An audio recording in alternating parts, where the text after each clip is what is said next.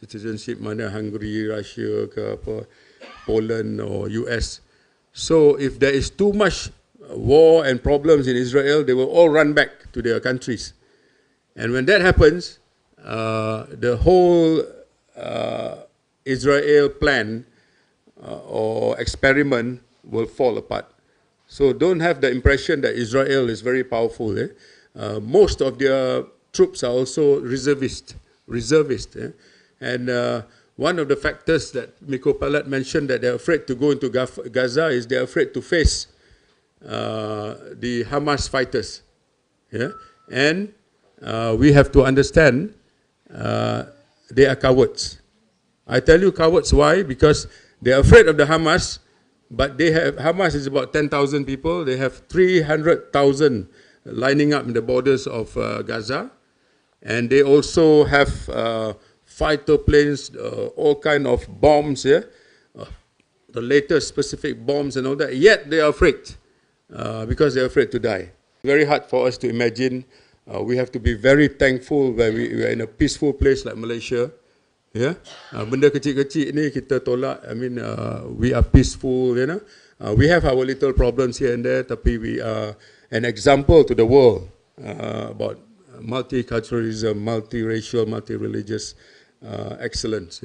But we have to thank our leaders, past leaders, who have done actually a great job in bringing such peace and calm to our country. And there's a lot of challenges, economic-wise and all that. So we have to work together and be less political and try to resolve this issue. It's hard for us to imagine that we are in Gaza because we don't know war. We are not aware of war. So imagine I just looked up, Gombak district is 650 square kilometers. Gombak district ni 650 kilometers with a population of 950,000. Gaza is 140 square kilometers. It's about quarter the size of Gombak with 2.3 million people sitting here. Okay, so you imagine there is no water, there's no electricity, there's no food. Whatever food is left is roti lah, roti kering dengan dadih, yogurt. That's all, cecah once a day. And things are very bad because the number of supplies of lorries going into Gaza is 500 lorries a day. That's the normal traffic. But our chosen people of whoever allows only 20 trucks in. You imagine, it's a dip in the ocean. 20 trucks instead of 500 trucks for normal daily supplies and all that from Rafah. So it's the biggest open concentration camp in the world, and it's strongly supported by the US. I just cannot fathom in the 21st century. And every year, at the end of the year, US gives its report card on human rights. Malaysia, what is the score? I think UKM semua tak ada lah. They're a nation, they're terror, they're a nation. You're not good, you're not the biggest warmongers in the world, and they are showing us, kalau tak nampak ni, it's sad that the US is willing to put their armies for the sake of this illegal Zionist state. Sorry, this is not a Palestinian program, seminar today. So I think we'll come back to Malaysia. This seminar, what we have done today is an extension of the National Conference of Understanding Contemporary Western Belief and Ideologies, UOF 2022. We have organized a one-day seminar, and from there we have focused on these issues today. And this seminar will cover in detail contemporary ideologies that are perverted from the West, and how do we handle them. Ladies and gentlemen, ACCiN is a coalition of 20 Islamic NGOs with the main focus on the development of Islamic understanding, advocacy, harmonious relations with the adherents of other religions, and spread of mankind, spread of the concept of Islam as rahmatan lil alamin, a mercy for all mankind. Ideologies, especially from the West, are contrary, as already mentioned by Dr. Hasina, to our religious beliefs, norms, values, and are becoming more and more contagious all over the world. The threat of Western contemporary ideologies, such as liberalism, atheism, agnosticism, and LGBTIQ and whatever else, seem to be a small group with a despicable way of life, but they're wielding a lot of influence on the rest of us. Something is happening, and we wonder what is going on. For example, Turkish President Erdogan, Tayyip Erdogan, complained in the UN General Assembly. He was uncomfortable with the use of what he described as LGBT colors at the United Nations. Yeah, the pride colors. I was shocked that day when my son, 4 years old, my youngest son, 10 years old, came to me. Dia bagi workbook dia, workbook yang pelangi kan. It's an old workbook, 20-30 years punya. And then he showed me the flag. They said, this is the pride. Oh, I got shocked. What do you mean pride? The pride, apa ni? The rainbow pun tengok hijack. It's been hijacked. And I have an umbrella with rainbow colors. And when I walk in One Utama, for example, that day I had to bring the umbrella and I was conscious. Conscious, kalau orang salah anggap. So this is what President Erdogan said. He would like to discuss it with the UN Secretary General, where he is known to be tough on the stance of LGBT freedoms. And he said one of the issues that bother me the most is that when entering the United Nations General Assembly, you see the LGBT colors on the steps and other places. How many LGBT are there in the world, he said. However much right they have on the steps, those against LGBT have rights as well, said Erdogan. And he frequently labeled members of the LGBT community as deviants and particularly toughened his rhetoric during his election campaign year in the past. Atheism and agnosticism is also spreading like wildfire all over the world. Examples of Australia and UK are no more considered Christian nations. This is from their scholars. The number of Aussies professing Christianity has reduced from 65% 50 years ago to below 30% today. Why? Probably the loss of trust in the church and clergy, pedophile scandals, and the inability to answer questions from the congregation. The data widely available in the public domain will show us the extent of this phenomenon. 40% in otherwise Christian France profess atheism and agnosticism.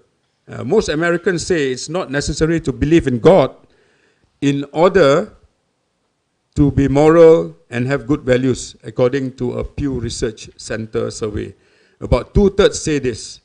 Unlike Islamophobia, these unholy movements are well-funded. All of these contemporary Western ideologies is more so important for us to handle it, that we will benefit immensely from the learned panelists this morning, and wish a very fruitful proceeding. Thank you. Assalamu alaikum warahmatullahi wabarakatuh.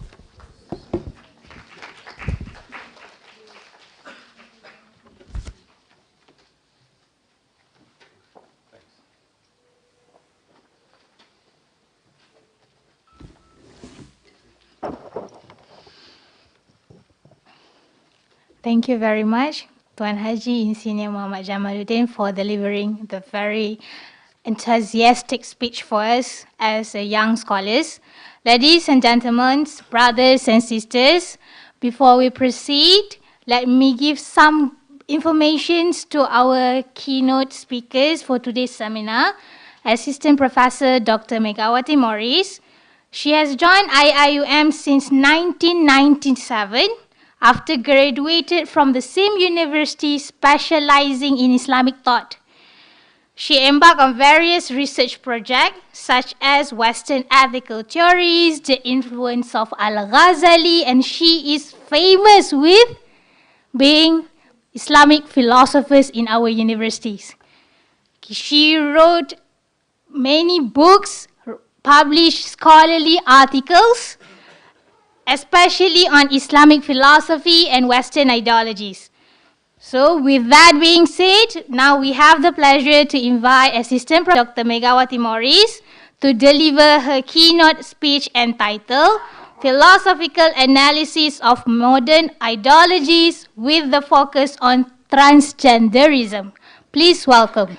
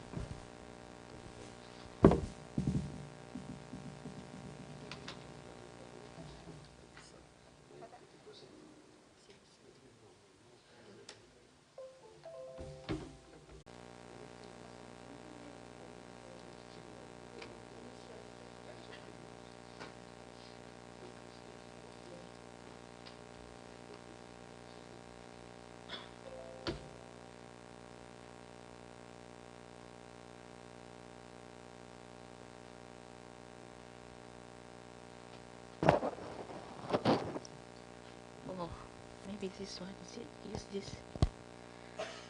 Too short for this mic here. Alright, I'm really sorry for taking time to adjust all these things, but blame on technology, alright? So as I say, I always say to my students, you know, don't trust too much technology.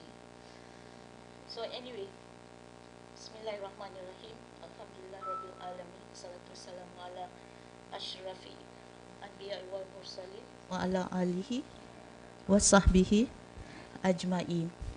Alright, first and foremost, thank you very much, alright, to ACCiN and the CEO, Tuan Haji Insignio Jamaluddin, and also Associate Professor Dr. Haslina of Responsible Research, Postgraduate Division of the Kuliah. In fact, she was the one who invited me to speak on this topic, and my fellow speakers, Prof. Rafida,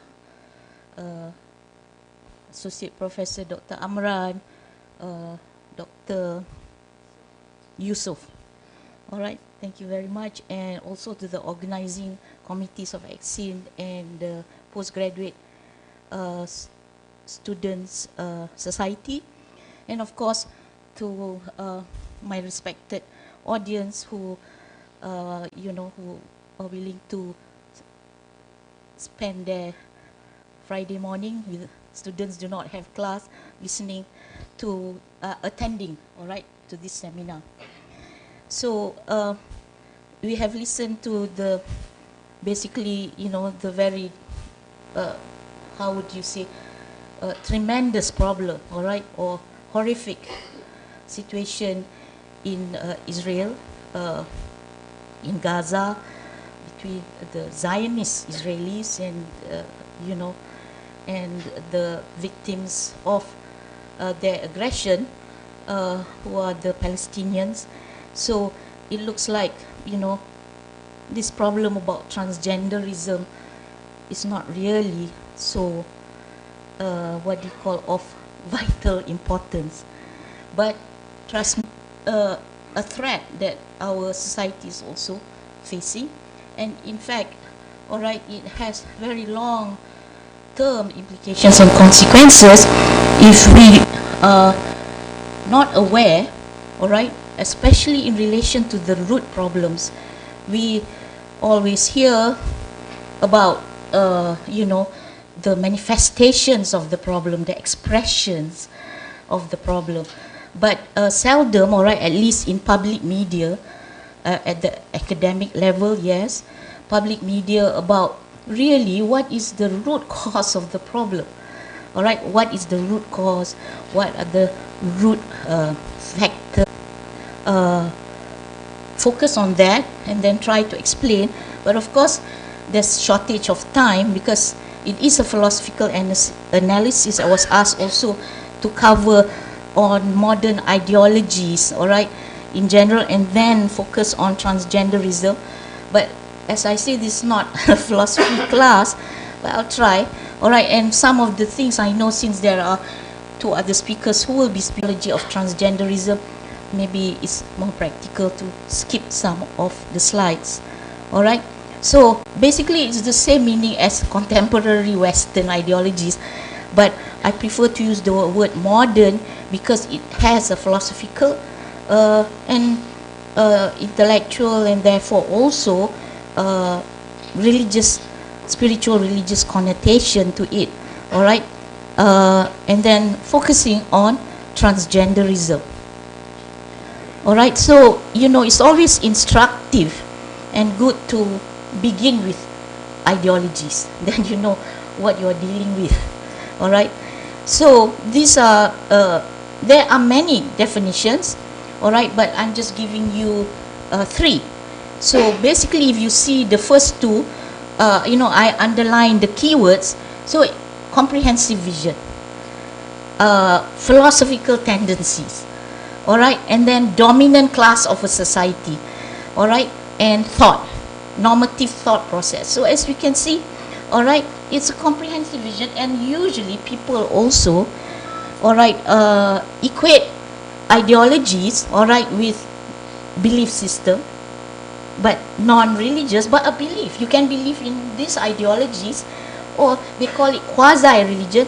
It acts like religion, but they are not religion. That's why they are called quasi-religion. Because why? It's a comprehensive vision. All right, and then the second definition, which were given by the famous philosopher, he has passed a few years ago, Roger Scruton. He says it's systematic, all-embracing, all right, political doctrine. But he emphasized the political side. But basically, all right, when you talk about politics, all right, definitely, it is a complete and universally applicable theory of man and society. All right, so it's very relevant to human beings and society. Then, of course, the third definition, it is metaphorical, but as you can see, all right, it really gives the essence of the meaning of ideology without all this, you know, into our space, our territory. All right, but of course not with guns and bombs and weapons, all right, with thought.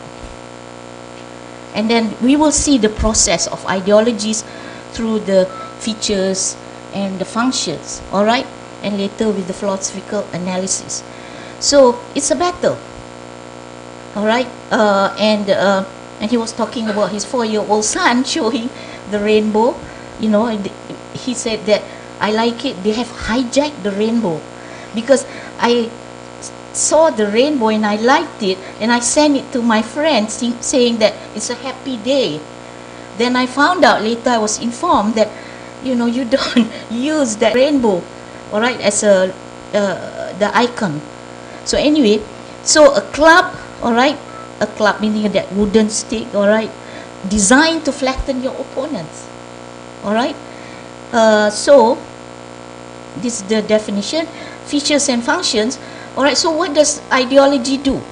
It provides a picture of a better or best life.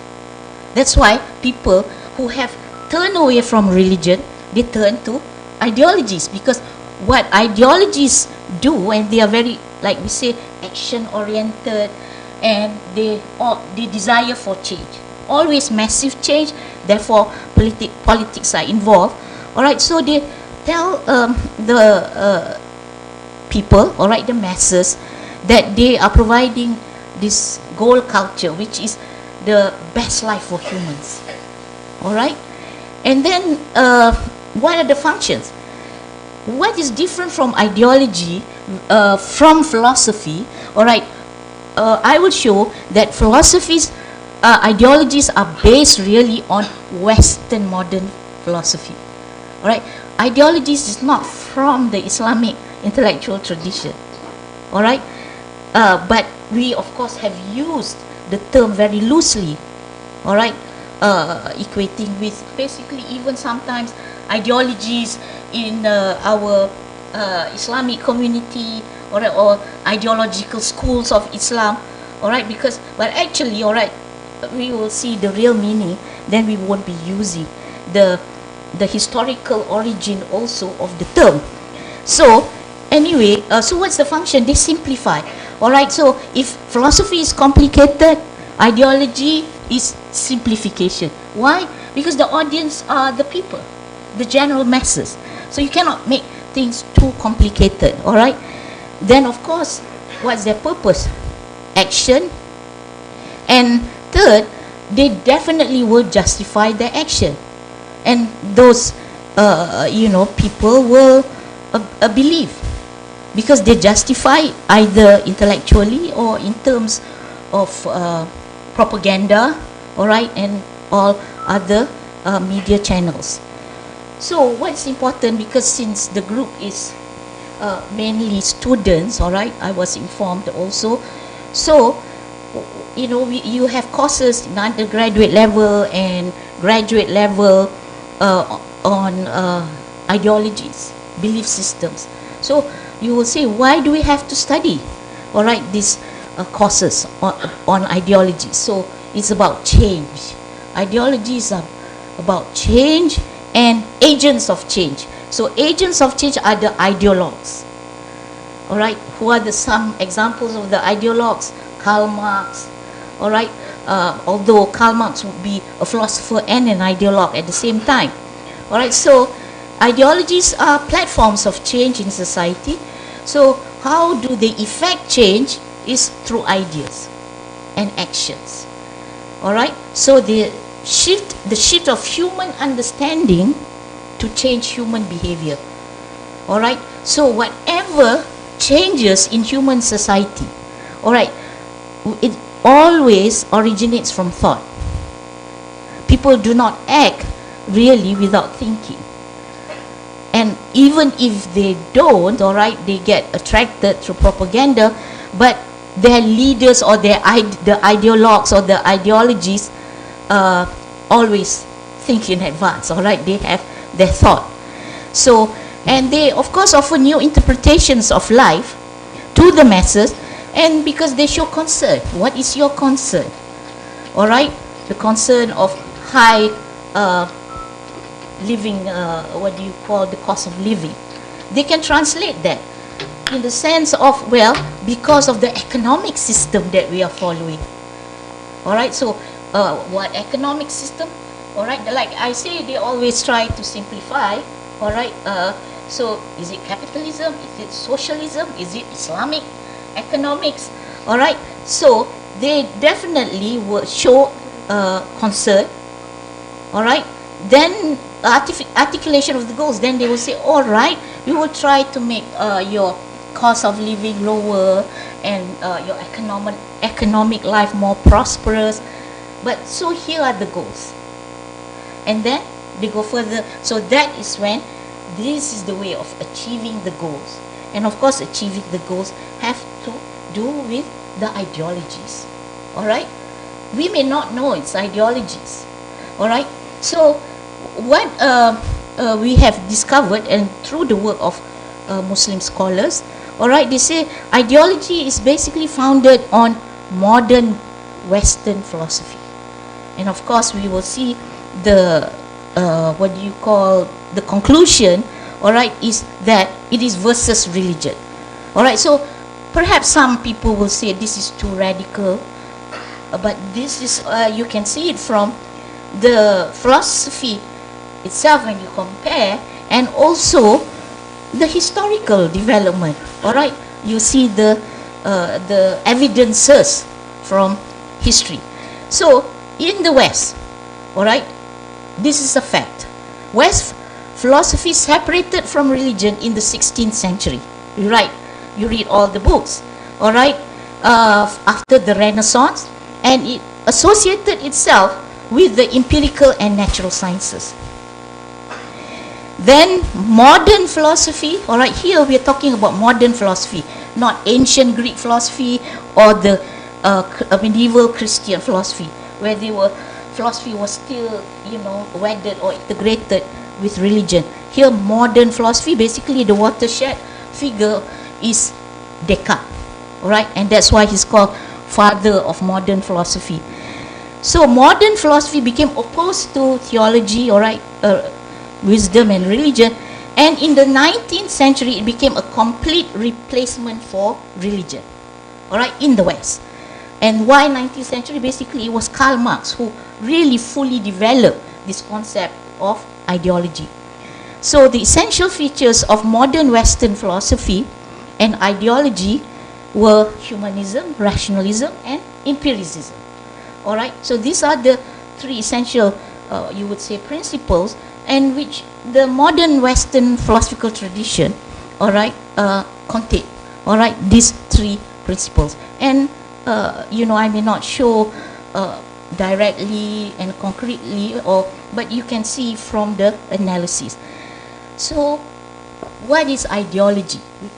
All right, which is relevant to us. All right, ideology which replaced religion historically, all right, in the West, all right, therefore has an essentially secular and anti-religious character. All right, so why are we against ideologies? All right, why do we have this, seminar, and then we say there are threats, and there are problems, and therefore we have to give solutions. All right, because they are essentially secular and anti-religious. That's why. All right, that's why. Why anti-religious? Because they have ideologies based on modern Western philosophy, all right, have replaced religion in the West. All right, so ideologies like secularism and what have you, all right, liberalism and many others, or feminism. In your class you learn all the isms, right? So anyway, so I'm supposed to focus on transgenderism, but I'm not really an expert. This is a new area of research for me. I'm sure Prof. Rafida and Associate Professor Amran, my old friend, all right,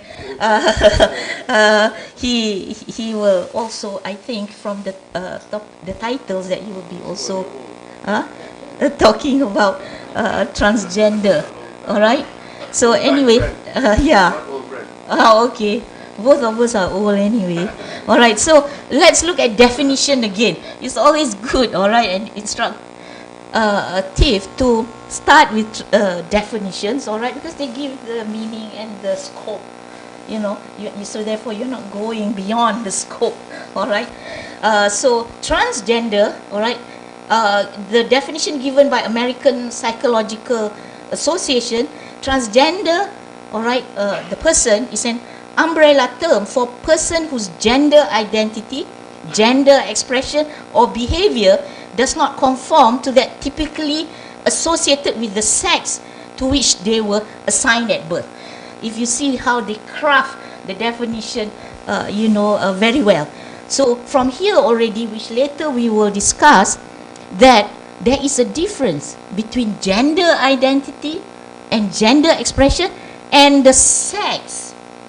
All right, that means anatomically that you, and they say you were assigned, not you were born. All right, so look at the language. All right, so there is a difference between gender and sex. All right, then transgenderism, all right, is possession of a gender identity.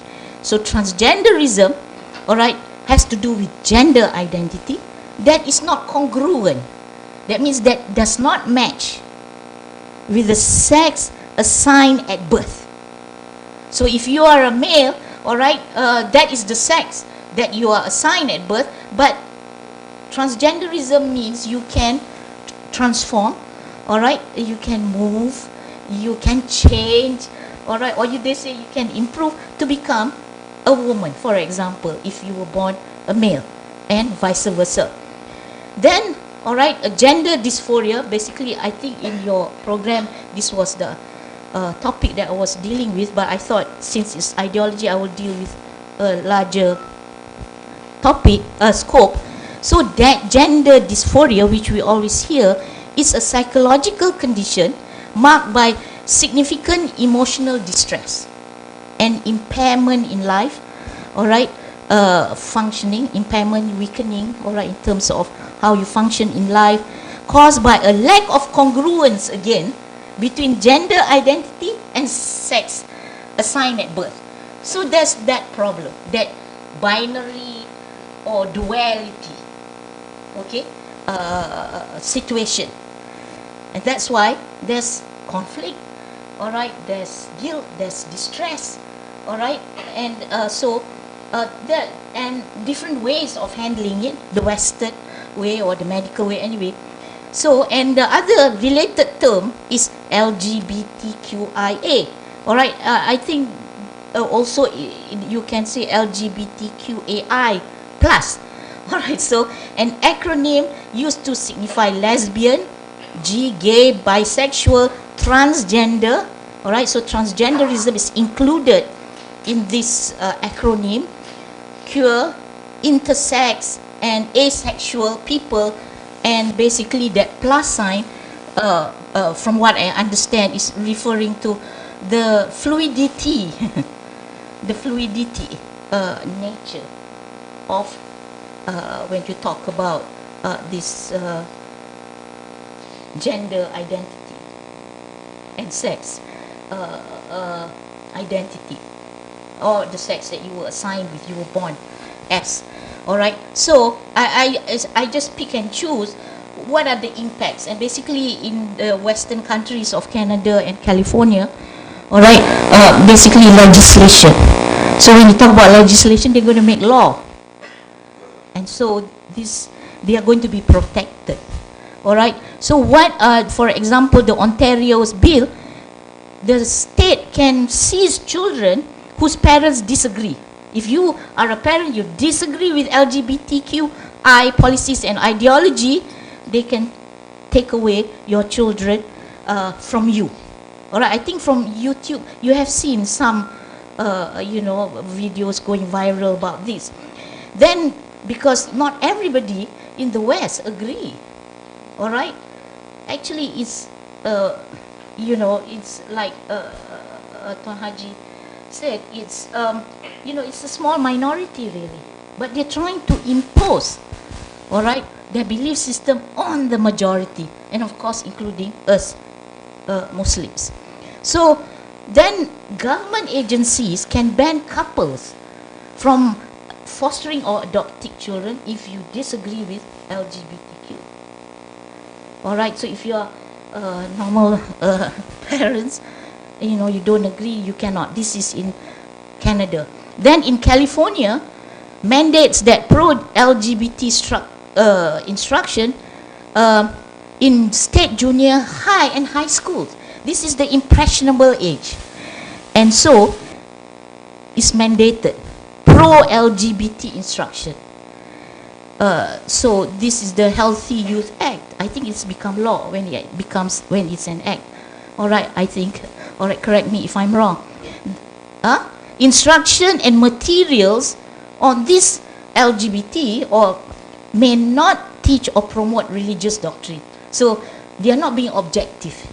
So if you talk about transgenderism, all right, in these schools, you don't have to talk about for them, what is the religious position. It's not necessary, they say.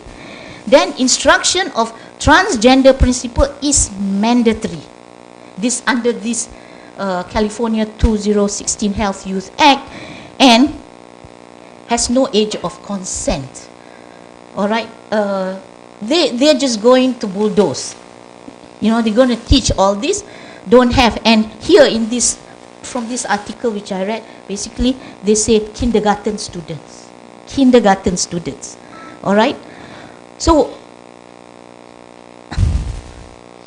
all right. This 5 minutes left. When did I speak? When did I speak? All right. So I'm sorry. All right. I actually prepared for a 30-minute presentation, but it's all right.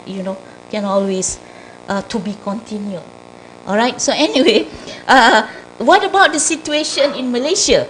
Okay, the situation in Malaysia, the NGOs. All right, not ACCiN, I think, but the NGOs in Malaysia, for example, JFS, Justice for Sisters, Pink Triangle Foundation, SEED Foundation, Human Rights Initiative. All right, of course, they're trying to, they're fighting the cases in courts. All right, promoting awareness, protecting and advocating rights of the transgender. And here, all right, perhaps this research is quite dated. Based on this YK's study, he says it has been estimated by Pink Triangle. I'm not sure whether they have come up with very concrete numbers, more accurate numbers, but they say there are 10,000 male transgenders. Male transgenders meaning maknyas, all right, in the country. About 70 to 80% are Malay Muslims. All right, the rest are made up of Chinese, Indian, and other minority ethnic groups. All right, so they are wanting to fight for their rights, like they say, their right for sex expression, mannerism, their personal and private life, and all that. So they are doing through legislation. Well, so what are the causes and factors? All right. This is the fact. There's no definitive. It's not definitive. If they say mental, they say dysphoria is psychological or mental health or whatever, or psychological or parenting, is not unanimous. These are some of the causes which are put forward. So I won't go through this. All right, biological factors, psychological. Parenting, I'm sure you have heard about parenting, how parents, raise their children, all right, have caused impact.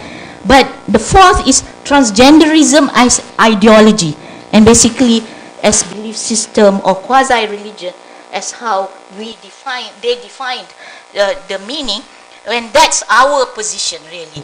All right, so before we really had this seminar, we should really research, is the position that transgenderism and ideology valid?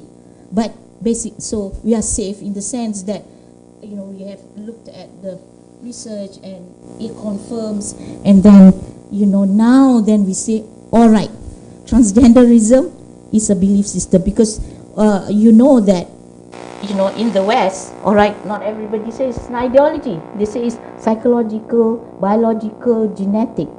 Okay, maybe perhaps just give me some time. Is it all right? Just little time about this philosophical analysis. All right, I didn't sleep last night just to do this. So, all right, it's a small problem, of course, compared to what the Palestinians are facing. But what, there are Muslim scholars nowadays, okay, who have done good research studies on transgenderism, and they are looking it from our Islamic intellectual tradition, especially metaphysical, meaning in the sense that you are looking at things as they are. That means what basically is our God-given nature. What is God-given nature? And what does really gender identity mean? And the sex. In Islam, alright, since I don't have the time to go through the slide, there's no incongruency.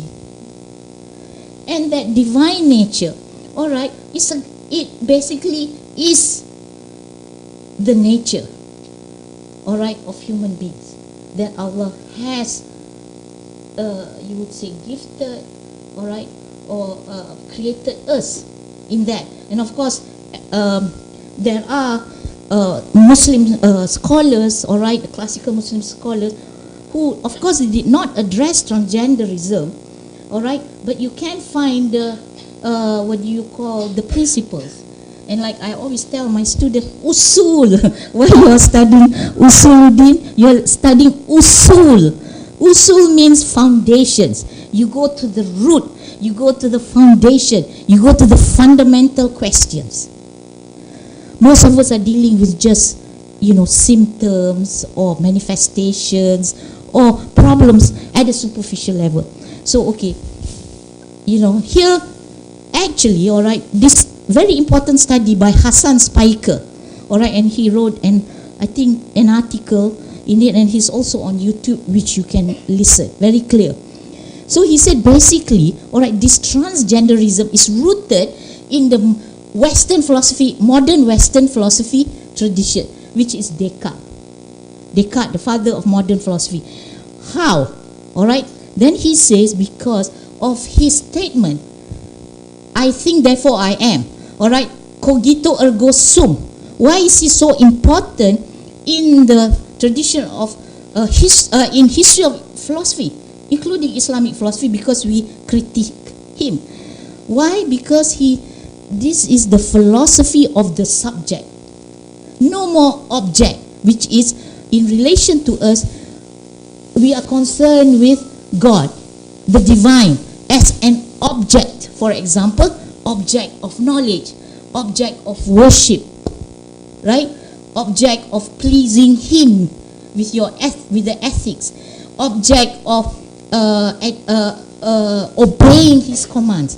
But with Descartes, it reverse, subject. So what's important? Subject, and the subject is the basis of truth and certainty. Then the Enlightenment period. What does the Enlightenment period philosophers did was attributes traditionally predicated, meaning how you would describe a divine subject, basically God, all right, and from the Muslim perspective, Allah subhanahu wa ta'ala, are gradually transferred to the human subject. So whatever attributes, because now philosophy is about the subject, not the object anymore. So subject is the basis of truth and certainty. Then this famous German idealist, all right, Ludwig Feuerbach, what? Very radical. He conceived the idea of God as a projection of man's essence. So therefore God, all right, is the essence of human being project as an object. And therefore, what we are basically saying, then God does not exist. Astaghfirullah. All right, a product of objectivization of the human being. Again here, so human being is the most important thing. All right. So, and I see the organizer very displeased with me because I have taken so much time. Well, anyway, so then you go to Karl Marx, okay, where he says there's no real nature of man. So what basically we are saying is that, man has no nature. You make that nature, you determine that nature, and that includes your gender. Yes. All right. So because if we go to the root of the problem, then we really see okay? So Jean-Paul Sartre, Simone de Beauvoir, I have to just speak about this because she was the one who basically started talking about women per se, not just human beings. And she says, one is not born, but rather becomes a woman. You are not born a woman, you can become a woman. So that is really the basis of transgenderism. You are born with that sex assigned to you, but you can become another gender. And that's why they have included other possibilities. Alright? So, then of course Judith Butler, we have to know because she's still living, and she is basically the dominant figure in this movement. Alright, Butler holds that it is not only gender. So gender is a social construct. It's not given. Alright, you're not born with it. Social construct meaning social relations, society. Alright, make you become who you are. Butler holds that not only gender that's a social construct, but sex itself. Alright, so then you see how absurd it is. How can you know that if you're born with certain parts which define you as a woman or man, he says that, or she says that also is a social construct. Because they say those parts, just like your other body parts, are different in different people. But does that determine, like they mentioned earlobes, how wide your earlobes are, they are neutral. That's what it says. So being a man or woman is a choice rather than a metaphysical reality. Alright, so in Islam, okay, so in Islam, okay, we say that we do not choose. Okay, maybe. Alright, here Bismillahirrahmanirrahim, wa min ayatihi an halakalakum min anfusikum azwajal litaskunu ilaiha wa ja'ala bainakum mawaddaw wa rahmah. Inna fi dhalika la ayatin liqaumin yatafakkarun. And walaysa dhakaru kal unsa. That means, and here I have no time to explain, alright, to refute what the ideological foundations of transgenderism. And so of his signs is that he created for you of yourselves spouses that you might repose in them, and he has set between you love and mercy. Surely in that are signs for a people who consider. And the second verse, and the male is not as the female. Very clear. So to be a human is to be one or the other of two complementary, mutually completing agents of a generative love, alright, or you can say a productive love. That is, this I got the quote, alright, is inescapably and intrinsically binary. Alright, so wallahu alam, maybe we can talk about the the solutions and the recommendations. They say, when we have the Q&A, inshallah. Thank you very much, alright, for listening. Wallahu alam.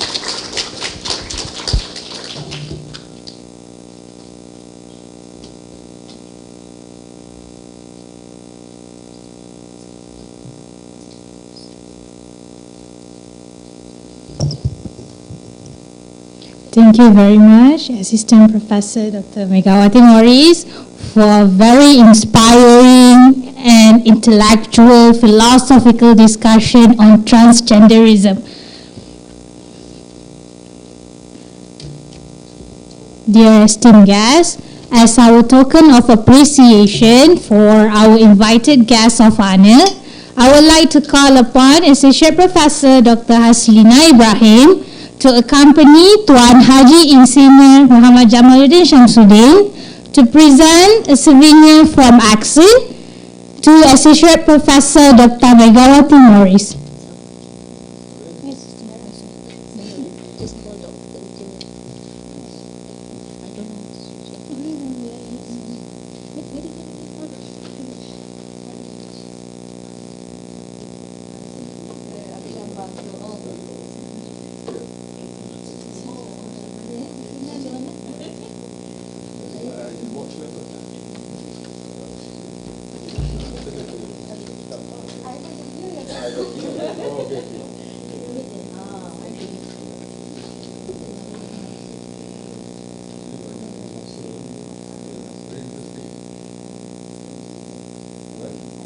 Next, may I also invite our Deputy Dean to also extend our gift from REHGSOC to Tuan Haji Insinyur Muhammad Jamaluddin Syamsuddin.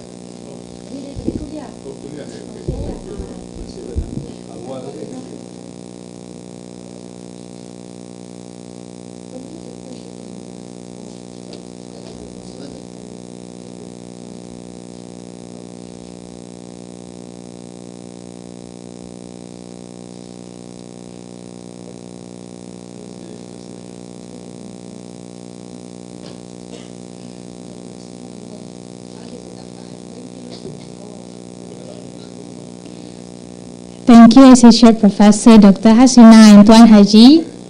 Now, we will go to the main highlight of today's session, presentation by our respected speakers on topic today's, the threats of Western ideologies, problems and solutions. As for the first speakers, Associate Professor Dr. Hasina Ibrahim is now serving as an Associate Professor at the Department of Usuluddin and Comparative Religion. She has been serving the department since 2003, and her research areas of interest are religious studies, inter-religious relationship, and Islamic dawah. She has held various administrative positions and currently holding the post as Deputy Deans of Postgraduate and Responsible Research at REHGSOC. Okay, her publication include Exploring Religious Pluralism, Christians and Muslim Response, Kalam, and its Relevance. She is currently working on a manuscript entitled A Muslim Guide to Understand Sacred Texts of Religion. We will now invite Associate Professor Dr. Hasina Ibrahim to deliver her presentation on liberalism, definition and building blocks of contemporary ideological threats. Please welcome.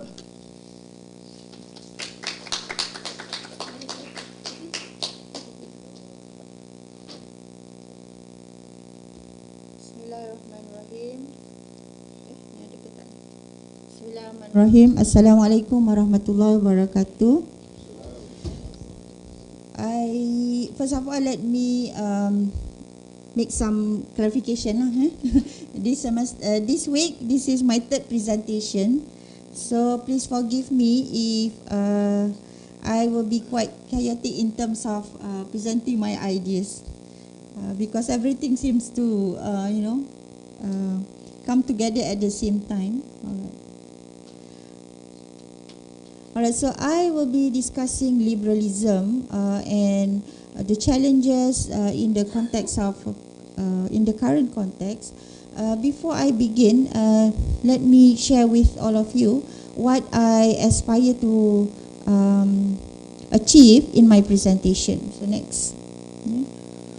So we hope that by listening to my sharing, afterwards we will be able to get some ideas on what liberalism is and what are the relevant principles and values that embraced by liberalism as a philosophy. And then secondly, what are avenues, what are the contexts of liberalism in the contemporary time? Because if you read literatures on liberalism, you find that it has very long history. So it has a history in the 17th, 18th, 19th, 20th century, and now we are in the 21st century, kan? So how does the concept of liberalism affect us today? It's a very long journey, and we want to know whether the claim of liberalism in the past are still pertinent, or relevant. And finally, I think what we are so much interested to know about liberalism is how it affects religion. Why we are so bothered about religious pluralism, why about liberalism, and why Muslims are so agitated by liberalism. I'm so sorry, got so mixed up with my another class. All right. So there are many definitions and there are many variations of liberalism, but let me put it in this way. Because of its very pervasive meaning, I see that liberalism does not only confine itself to one particular phenomenon or discipline or discourse. It is an umbrella discourse, as a matter of fact. That's why it has a very pervasive impact in different aspects of life. Because I see liberalism as an umbrella philosophy, and of course, as an umbrella philosophy, there must be stories behind this philosophy, and it has history behind it. Now, I would like to single out, I think 6 or 7 items that altogether are embedded under liberalism. So first, in the first slide that I show you, I put the picture of Statue of Liberty. That Statue of Liberty means everything about liberalism. It talks about individual liberty, individual freedom, which has become the pride of today's. The pride of modern men. Because before modernity, before the modern philosophy, before modernism, men thought that they were so much succumb and under the rules of tradition and religion.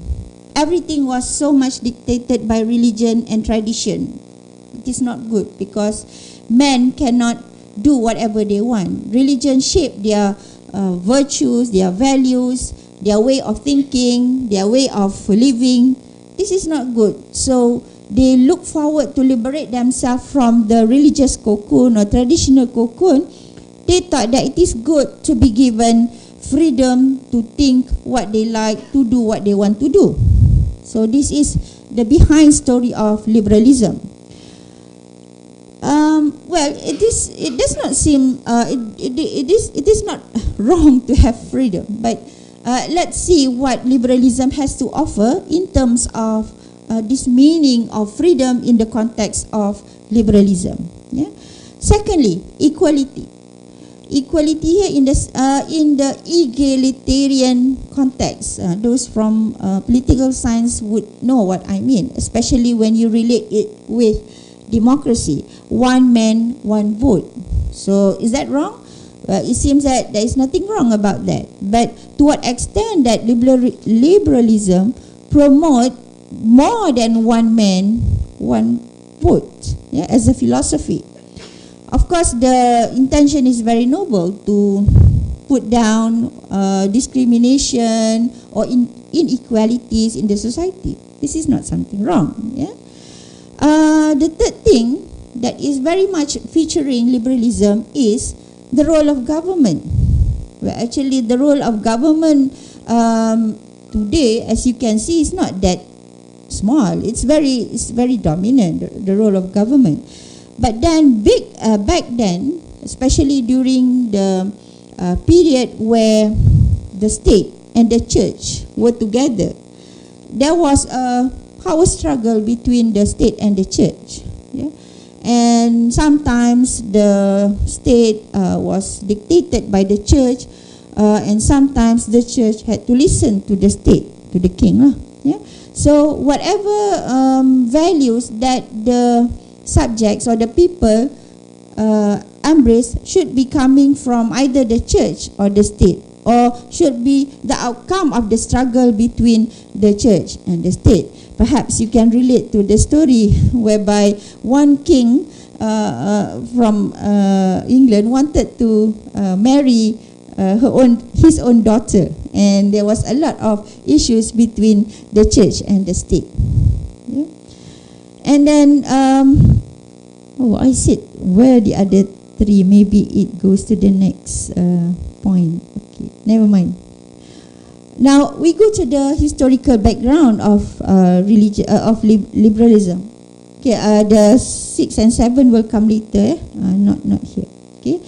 Now the historical background of liberalism goes back as early as 17th and 18th century. We found that many thinkers, modern thinkers, pre-modern thinkers, were proposing liberalism as a response against the so-called religious background of the situation at that point of time. I will explain later on how Christianity was very much in action. Yeah, Christianity, Protestantism, and Catholicism, the struggle between the two, as well as Orthodox Church. So we have modern philosophers, Western philosophers. I think some of you are familiar with John Locke, Montesquieu, and Jean-Jacques Rousseau, how much they are influential in the system of governance, and asking for the people to go into a nation-state context of politics, of governance, against what had been before the situation.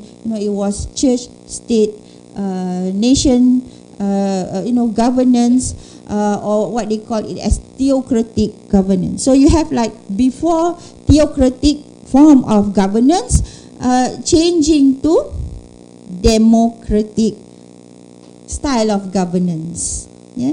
So before it was God governance to people govern, democratic. Yeah, people govern. So this was the history that lies in between the issues of liberalism. And we know that there was many events and drama taken place, the American Revolution, French Revolution, that brought about secularism in America and in France, secularism in the US and in the Europe. So these two, secularism in America and in Europe, have different orientations. Now in America, religion is accepted to be coexist. Yeah, you're free to practice your religion. You're free to study your religion, provided that it does not define you in formal setting. So that's why you need not to carry your religious identity in your identity card. Even your race. This is not important because everyone has to be equal. So in that sense, religion is recognized, but it's a private thing. Yeah? In Europe, religion also is a private thing, but they have some rules for the government to regulate religion. Therefore, the church in Europe is still under the control of the government, and they call the pastor or the priest or the church that is under the government ruling as secular church.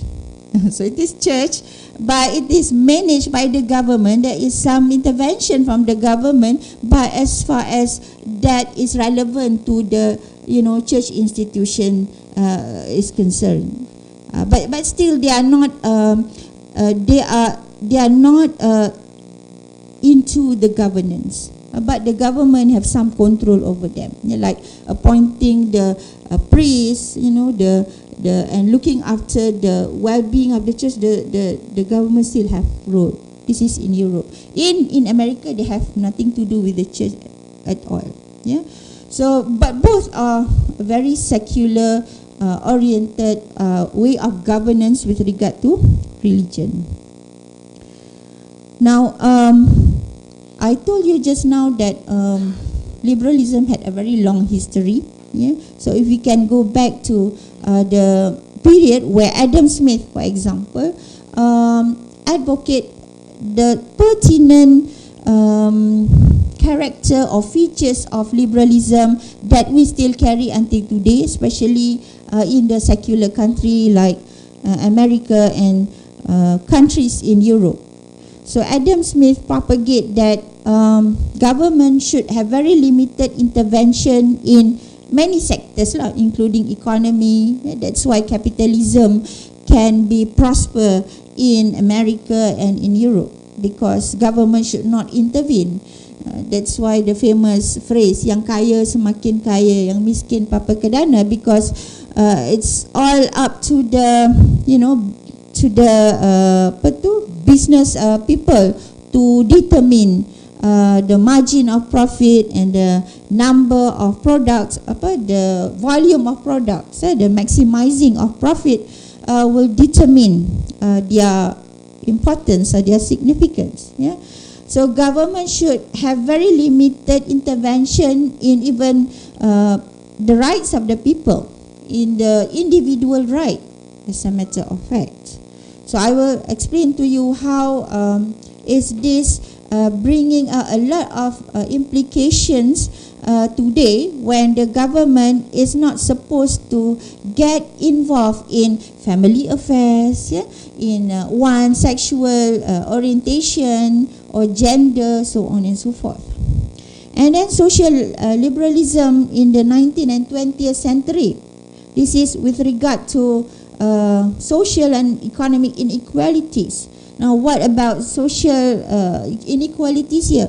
You know that by 20th century, people have traveled all over the world, transportation have advanced, and there were migrants, immigrants, and that posed lots of problems to especially America and Europe, because people come from different parts of the world, they come from different culture, different background, education, so on and so forth. So that brought about inequalities. In one book that I've read, this inequality did not only happen to one particular religion, for example. Now, name it. We take the example of Christianity. So you have the Christian from South America, from North America, from Asian country, from the Australasian country. Yeah. So are they homogeneous? They are not. As a matter of fact, they have to deal with these differences in denominations. You know that in Christianity, they are not only facing the problems of denomination, but sectarian as well.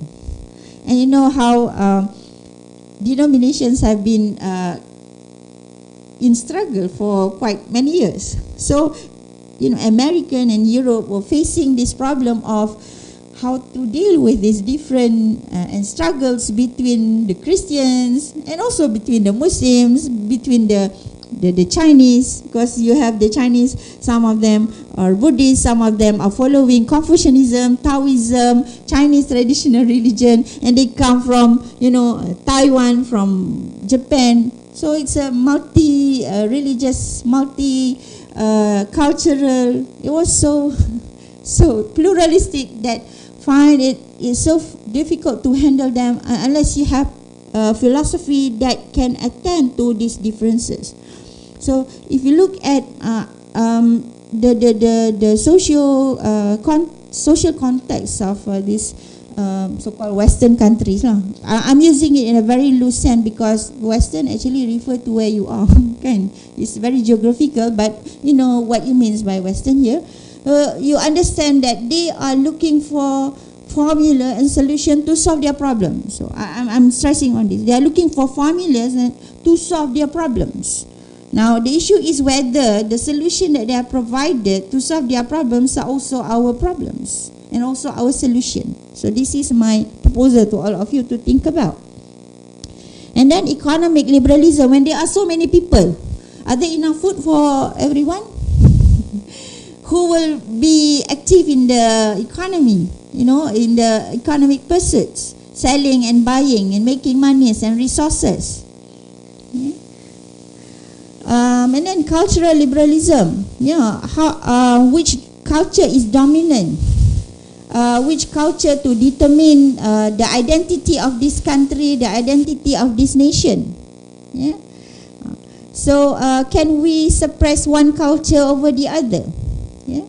And then political secular liberalism, the need for a clear distinct separation between what's more if some people come with the idea, like for example Muslims think that Islam as a way of life, and then it has to be the Islamic ruling, it has to be family law of Islam, and then at the other end you have the non-Muslims who thought that this family law has nothing to do with the government law, and this has to be separated from the way you deal with the people. And what's more in that setting, just now Dr. Megawati said, cogito ergo sum. I think therefore I am. When people started to think that, well, I need not to refer to the Bible anymore because I think I know why I am exist. Well, that is implied in the story of Descartes. If you read the discourse written by Descartes, he was trying to find out why he exists. So do you think that he did not have the sources to tell him why he exists? He had it. The Bible in Genesis explained about the existence of man, the existence of nature, and the existence of God. Everything was well explained in the Bible, but this man didn't want to get the explanation from the Bible.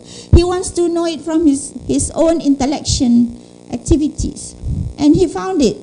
He said that so long that I am able to think properly, I can sense my existence. I mean, he makes sense. Because if you are crazy, you lost your sanity, can you be aware of your existence? You cannot. So he has some points. So now, when someone thinks that he exists, he has full freedom to decide what he thinks is better. After all, he does not need scripture or religion or any mullah, any pastor to tell him, this is why you exist, this is what you're supposed to do, this is better for you, that is bad for you. Because he said that, I'm good, I know what I'm supposed to be doing. I would like to relate to my experience some time ago, about 10 or 12 years ago. I interviewed a lady because she wanted to leave Islam. She reverted to Islam and then she married a Muslim man, but unfortunately the Muslim man was very irresponsible guy. So she thought that she didn't want to continue in that marriage and she wanted a divorce, and right after the divorce she wanted to leave Islam. So I have the opportunity to interview her because I want to know what makes her decide to leave Islam. And she said that, well, I think I know now I'm adult, I know how to differentiate good from bad, and I don't need any scripture to tell me what I'm supposed to be doing. And I think many of us are also thinking in such a way without uttering it, isn't it? Yeah. Especially the young people, not you lah, young people there who never had religious inputs. They say, we know our way better, so religion need not to dictate our behavior. And of course, what concerns us with regard to liberalism is religious liberalism, especially when it encroaches into theology. Now let me show you what liberalism, in what way liberalism offends or harm religion. Yeah, because theological liberalism that bring about liberal theology is trying to challenge the so-called traditional way of understanding religion, because they want religion to keep open and flexible, yeah? and able to adapt with the current context. That's why you have these problems of transgenderism, LGBTQ and whatnot. Yeah. So let me go to number 2. Yeah. Of course, you know that how secularism is detrimental to religion. I need not to explain that. But I think what is also dangerous about liberalism is because it propagation on religious freedom. Because liberalism disqualify religion if it impinge its if religion impinge its value on individual freedom. And liberalism influence the way someone understand his own freedom and understand the values, the ethics or the ethical aspect of his behavior. Yeah. And with regard to LGBTQ, liberalism is all out in support of LGBTQ. Why? Because it succumb to the idea of individual freedom and liberty, individual liberty. And you can name it lah after that, freedom of speech, yeah? And then cultural values are very relative values. This includes Islam lah, yeah? But you know that in Islam we have al-adah muhkamah, yeah? So yes, al-adah muhkamah, but provided that this adah must be consistent with the Sharia. So if the adah of that place is inconsistent with the Sharia, so that is not counted. That is not permissible. But with this relativizing the cultural values, everything goes. Yeah? And assimilation is well accepted under liberalism. Yeah. So I would say that, because time is not forgiving or it's not permitting me to continue. Yeah. Actually, behind liberalism is the question of the separation of church and state. That was the background story. Yeah. The modern state idea was against the idea of religion and state goes together. So liberalism promote neutrality, we call it neutrality, freedom of religion, and the governance should be purely secular, nothing to do with religion, and should not allow religious coercion. So that's why the issue of young children embrace Islam by the father, but after the divorce the mother claimed to have custody over the religion, and this is an issue under secular government or secular governance. Yeah? But of course in Malaysia we have family law under the Sharia court, and children are protected under the Sharia court because they are Muslims. Yeah? So there is a struggle between the Sharia court and also the federal court. So if you understand this issue in separation from this question of liberalism and freedom of man and religious coercion, then you will not be able to link between the issues. But that was actually the main issue behind the incidents that have taken place. And of course, equality that perhaps some of you are familiar with religious pluralism. So this is liberalism encroaching into the idea of religious diversity. Unfortunately, I'm not going to talk about it today. Yeah. So now, is Muslim the only group of people who have very critical idea about liberalism? No. Yeah. Even the Christians, since 1923, this is written by Gresham Machen, and he was accused as being fundamentalist for giving awareness and educating the Christians that liberalism is coming into the church. And even until today, you can see that the Christian church, they are already embracing liberalism. in America, in Europe, and that's why you have pluralism, that's why you have feminist theology, and the most latest book here, God and the Gay Christian. There is one book I am also looking for that, but I couldn't find it. God is gay. Because why? Because God is without gender.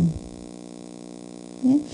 So liberalism is a framework akin to a civilization that upholds humanism within the paradigm of secularism, which begets secular humanism.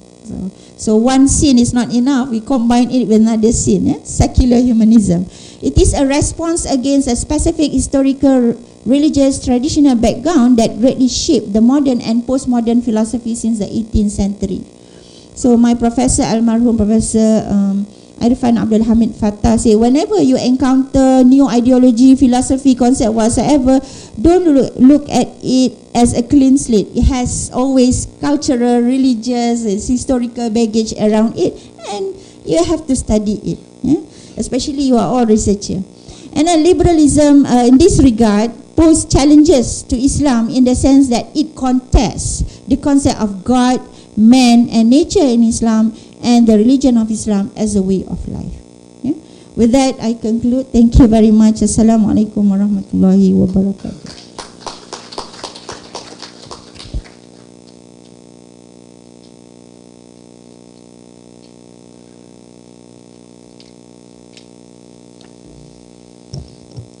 Thank you so much, Associate Professor Dr. Hasina, for the presentation. Brothers and sisters, if you have any lingering questions, feel free to ask during the Q&A sessions. Next, for our next presenter, Professor Dr. Rafida Hanim Mokhtar, from the Faculties of Medicine and Health Sciences, University Science Islam Malaysia. She has graduated as a medical doctor from National University Malaysia in 1997 and obtained her PhD in Health Sciences from IIUM in 2007. Professor Rafida has a great interest in gender physiology and focus on studies on LGBT issues upon joining USIM. She has been working closely with the Family Health Development Division from the Ministry of Health Malaysia, which she was appointed as an expert panelist in drafting the guidelines for gender health issues. She also active in humanitarian and advocacy works, which she served as president of International Women's Alliance for Family Institution and Quality Education, or known as WAFIC. With that, with a great pleasure, we invite Professor Dr. Rafida Hanim Mokhtar to deliver her presentation with the title, The Threat of LGBTIQ and Gender Ideology. Please welcome.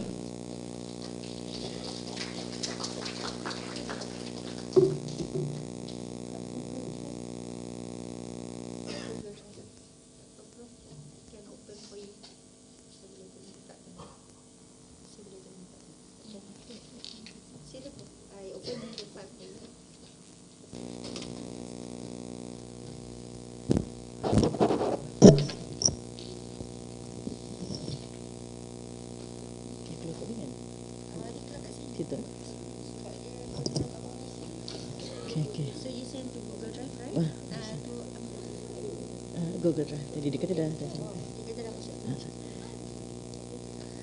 Ada dah. Okay, Assalamualaikum warahmatullahi taala wabarakatuh. Saya betulkan dulu ni.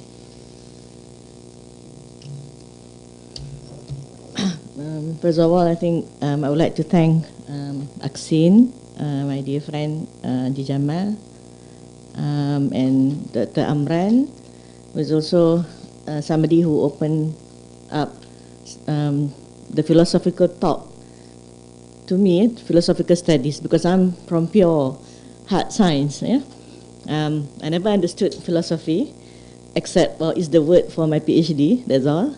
PhD kan. I wonder why the degree is called philosophical of doctorate kan. So that's all I understood about philosophical until I met Dr. Amran from ACCiN and a few other friends from legal background. And then I started to venture on a bit on philosophy. So you can, what I'm trying to try to get myself philosophical is actually how I work backward.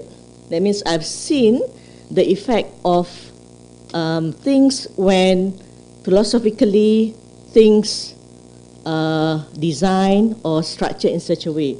So I was the end results. I've seen why some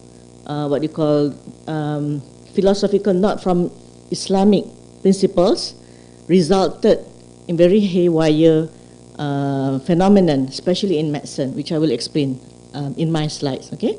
So working backward, I was wondering, why do we have all these things? Yeah? So sometimes when I discuss with Dr. Amran and a few other friends, the things which I just learned, like post-truth era, okay, and how the Western has adopt a certain philosophical which is not in line with us. And because when it comes to earth science people, sometimes they already been structured in a guidelines and module. We didn't even know what is the philosophy behind their guidelines and module. Okay, so until a few of us took the effort to actually learn about all the treaties, all the human rights punya philosophy, then we know that is affecting almost all sphere now, yeah, including medicine. Yeah? Okay, so berjalan ni. Testing. Okay, is it clear? Okay, I'm clear. So I think my I've started with a few treatises or principles that have affect how the world now see LGBTQ issues. Okay, first of all, about Jakarta principles. Okay, so in 2006, a group of human rights experts met at the campus of Gajah Mada University to formulate Jakarta principles, and one of the first early document that outline the application of international human rights law in relation to sexual and gender identity. So the major goals was to make it clear that SOGI is sexual orientation and gender identity.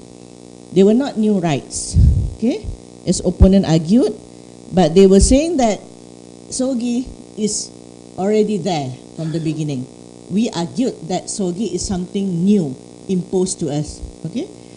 So even though Yogyakarta principles are not an official UN instrument, various UN bodies like Office of High Commissioner of Human Rights, the UN Special Procedures, treaty bodies, and Council of Europe Commissioners make many references to these Yogyakarta principles.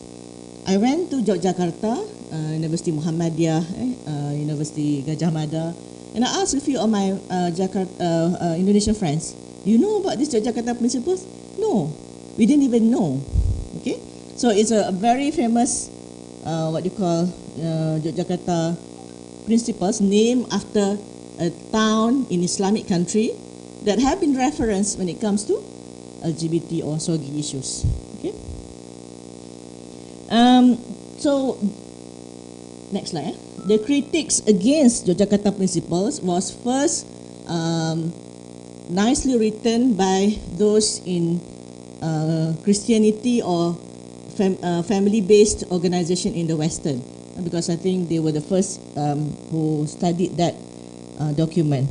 So one of the things that they critique is that the principles undermine parental and familial authority. So 2006 they were first designed, and I think the first speaker has already outlined to us a few law, kan, 2016. I think she mentioned about a more liberal country in United States, California.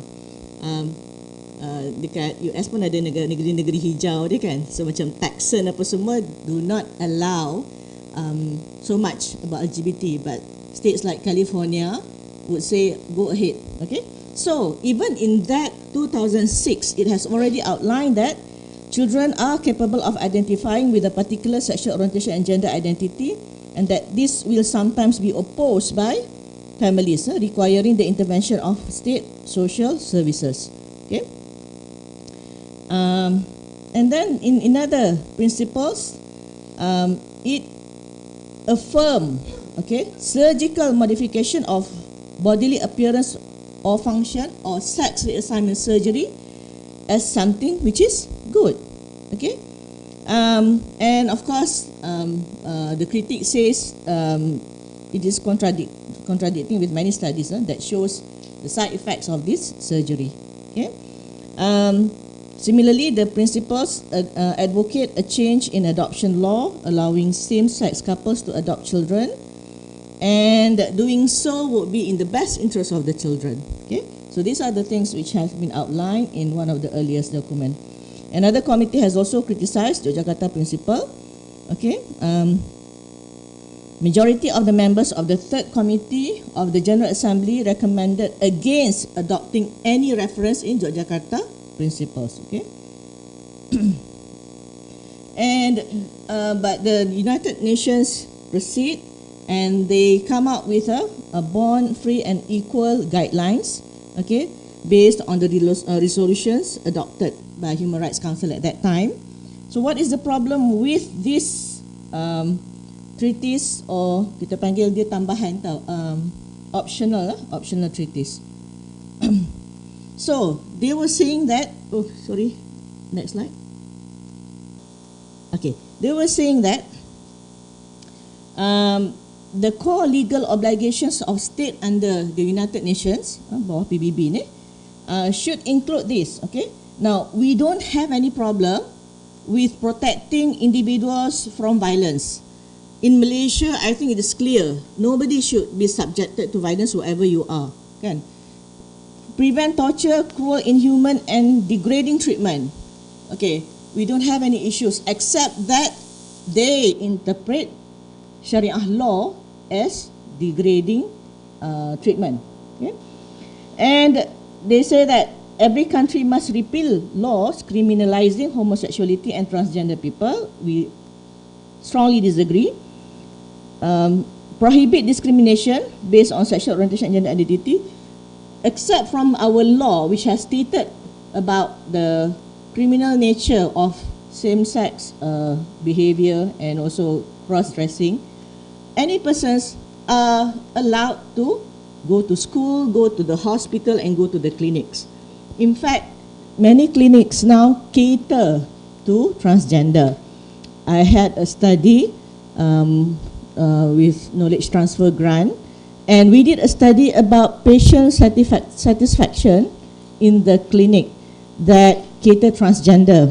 So what the clinic does, because from health sites, they wanted the transgender to come and be counseled against HIV. Kan? So they make a special arrangement that the counselling room will be at the back. There will be a special appointment for them, okay, and they can come through a special door. In fact, okay, because sebelum ni they complain the system kalau dia datang kat klinik kan, if they come to the clinic, the system would call out name, kan? So when they call out Ibrahim, somebody look like Fatimah, stand up, kan? So it caused discomfort, so they complain. And because of health, we want them to keep coming to the clinic. Some health clinics do that arrangements. And when I actually do that study, I compare, I ask the satisfaction of patients, regular patients in the front of the clinic and them at the back. There are more complaints from the regular patients. So regular patients now feel discriminated. Okay? So if there is any claim that they are being discriminated in health services, that is not true. Okay? And of course, they wanted to safeguard freedom of expression, association, and peaceful assembly, especially when it comes in June, kan? When it comes in Women's Day. They wanted to march. They wanted to carry the flag of LGBT. So we said no. Okay, so these are the things which the United Nations now place in the guidelines. Okay, I think all remember this. Everybody who did this lost in the football cup, World Cup. So they were, I think this is Germany, and I'm not into football, but I do accompany my husband whenever he watch football, but I don't know who's who and which team is which. I think this is Germany, I think they did this, and then they lost. I think most of the team which openly says that they want to wear that LGBT band lost, Okay, so how they have imposed this, initially they were saying that Qatar World Cup is leaving behind LGBT fans, which is not true. You just come, So where do you want to bring your ideology?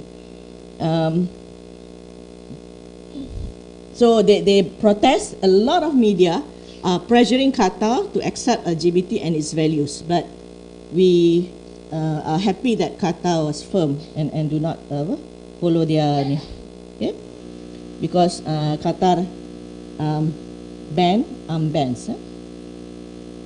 Okay, now the second thing that actually contribute to this gender ideology to me is comprehensive sexual education, CSE. Okay, I'll explain why. Okay, now CSE is not a merely 3 English words. A lot of you says what's wrong with it, Comprehensive is nice word. Sexual education is also a nice word. But they are actually a patented words that if we used them, a lot of their instrument would have license to come in. Okay? It's not about sexual education. We as Muslims never say that sexual education is not allowed in Islam. But the patented things that come with the term CSE. So I just bring you to the history of this CSE, and some of the slides I didn't manage to translate into English. I have presented elsewhere. Okay, now one of the earliest idea about this sexual education and how society should look sexual education in a different way than what religion has ascribed to us is Kinsey, through Kinsey reports. Okay. Now, Kinsey wrote 2 books, Sexual Behavior in the Human Male and Sexual Behavior in the Human Female. And he also founded the Institute of Kinsey in University of Indiana, US. And he was regarded as the sexual revolution father or scholar. Okay? So, the Christian scholars at that time rejected Kinsey report, the head of Catholic University's Department of Religious Education, called Sexual Behavior in the Human Male the most anti-religious books of the time, and other claim that Kinsey was given blanket to sexual deviance, sometimes to a criminal degree, and contributing to a moral crisis among the American public. Okay? So he was actually trying to prove that children have sexuality tendency since birth. Okay, and one of the most controversy is table 34 in his sexual behavior in human male. Okay, because it documented the sexual response of children as early as 11 months old. The thing is that he concluded his findings based on a diary of a pedophilia. Okay, so this is the table 34. Okay, I think there's 5 months old, 11 months old, and then they recorded about orgasm, all such things. So initially it was applauded by the society, but I think later on the conservatives in the United States managed to bring this topic to the Congress, and the Congress agreed that the scientific has some fraudulent in terms of research. And how could you use the experience of a pedophile, a criminal, and apply it as something which is normal, something which is true, something which is scientific? Okay, so but they only rejected him on that part, but they accept Kinsey's scale in supporting homosexuality. So according to Kinsey, of all of us, only 10% purely heterosexual and 10% purely homosexual. In between a spectrum. You can be hetero at one point and homo at some other points lah. Okay, so these are the scale which unfortunately is still being used until now. So people believe that they cannot change because of this scale.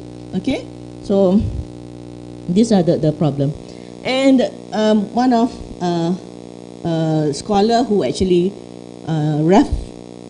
referred to Kinsey a lot is Dr. Mary Calderon and SEEKers. She found SEEKers, which is Sexuality Information and Education Council of the United States. SEEKers is still available until now, and SEEKers give a lot of input to current CSE syllabus, to UNESCO, to WHO and all. And SEEKers obtain fund from Hugh Hefner. I think many of us, maybe the senior generations know that this is the founder of Playboy. Okay, it was clearly mentioned in the Journal of JAMA Network, 1987. Okay, this is the journal. Christine Hefner documents Playboy Enterprise 2 decades of dedication to funding research in sexuality, including SEEKers, Masters and Johnsons, and this volume. It was a fine investment. Okay, so this is actually one of the magazine where Playboy was very proud of the fact that it invested in Kinsey Institute and SEEKers. Okay, so the thing is that they try to teach comprehensive sexual education, and they introduce the word safe sex. That means you can actually have sex out of wedlock as long as it is safe. You don't get sexual transmitted diseases, you're not pregnant, and you may abort your pregnancy if you want to. So these are the things which colored the sexual revolution at that time, and it has close what you call interconnection with gender ideology. Okay, and Mary Calderon and IPPF, another what you call institution I would like to introduce is International Planned Parenthood Foundation. Okay, this is more global. If SEEKers is focused in US, but they now have many other what you call similar theme organization that focus on CSE, and they form IPPF. Okay, so I think IPPF actually have three concepts. Okay, about enjoying and controlling reproductive behavior, and free from fear, malu, guilty conscience, free from being, feeling what you call, you have to follow the religion, free from all that. Okay, and the third one is free from disease. Okay, how many more minutes? Okay, 2 minutes left. Okay, so these are the websites. Okay, you have Planned Parenthood stands for care, and one of the things that attracted you is about abortion. Do you need an abortion? We are here to help. Okay, another in the website, okay, about STD, birth control, abortion, and emergency contraception. Next slide. Okay. Now, the latest from CSE, the syllabus come in the form of ITGSE, International Technical Guidance on Sexuality Education. Okay, in 2009, the first edition from UNESCO, with help of UNAIDS, UNFPA, UNICEF, and WHO. Okay, so one of NGO that I'm what you call me is iMedic. Okay, we criticized ITGSE. We studied the documents. So there were a few areas which bothers us. Okay, in the what you call the documents of ITGSE, they discuss about children because you kata age appropriate kan. So the idea is that children needs sexual partner. Okay, and even in children, in the document says it's good to have them to distribute condom. So if you remember kakak condom, okay, these are movements that follow the CSE syllabus, and they don't feel bad about it because it's a syllabus to them. Okay, and of course now it's in public, but only a matter of time if we do not control how our sex education is design, we may have school children thinking that, distribution of condom are good, okay, something which we should do. Okay. About masturbation, it's a very different concept, why should children, innocent children, be taught about exploring themselves about sexual, in sexual manner, okay? And of course, I think about LGBT, where about PrEP, I think, which have been discussed yesterday. Mufti Kedah is the 5th institution that give a decree about PrEP for homosexuals, which is not permissible. Okay. Now, in this ITGSE, they also says that you should highlight the celebrity among transgenders. Okay. So we are doing the opposite way. When we have our celebrity go to Australia, for them we should actually put him, okay, on the spotlight to help the gender ideology. Okay. Well, so this is actually in summary what I have presented just now. The CSE now we have in ITGSE form. Okay. Now, OIC have also warned against LGBTQ and CSE. I think a day after Football World Cup closed in Qatar, they had a meeting in Jeddah with all OIC members. But the Family Watch International, the Christianity body, also participated and agreed with the resolutions. Okay, so there's Islamic and human rights perspective, the theme of the resolutions. So you can actually go to their websites. Okay, this is their websites. Okay, and outcome of document of thematic debate is downloadable in PDF. So this summary reports is one of the, I think, the best and the strongest after OIC punya Declaration of Human Rights, because this is very recent and they responded very aggressively and firmly towards LGBTQ. So the Commission congratulated government of Qatar for successful holding the Soccer World Cup. This was the day after that World Cup finished. Okay, dispelling the negative propaganda about Islam and Muslim, rejecting the so-called LGBTQ agenda and projecting the Islamic values. Okay, these are the documents. And that in that documents, OIC countries agreed that strongly reject the framing of SOGI related discussion on the so-called right of LGBTQ individuals. In this regard, stress that the new and controversial notions of SOGI and LGBTQ unions are neither universal nor recognized. Okay, it was something foreign imposed to us. Call upon UN entities, including Human Rights Council, treaty bodies, regional bodies, not to overstep their mandates, to include promotional content. What does this mean? Maknanya, we are not against UNESCO. It's supposed to talk about social and cultural. UNICEF is supposed to talk about children, starvation, malnutrition. But don't overstep that boundary to include education of CSE. So this is what OIC reminded these bodies. Okay, so you see that the SOGI movement is so powerful that they try to put everything inside the existing body, dalam WHO, ada dalam UNICEF, UNESCO and all. And we should be able to reject any elements kalau ada, ya. Okay, the last one is actually about World Association for Sexual Health organization. It's already coming here. Actually, it came to Kelantan, I think last year, and I was called by my friends in family medicine specialist to actually counter them, because we are afraid that after Yogyakarta principle, we have Kota Baru principle. Yeah. They are trying to sell a new declaration called Declaration of Sexual Rights. So they are doing it academically, they're doing it through medicine. So when they presented, I studied what they promote. They promote apa?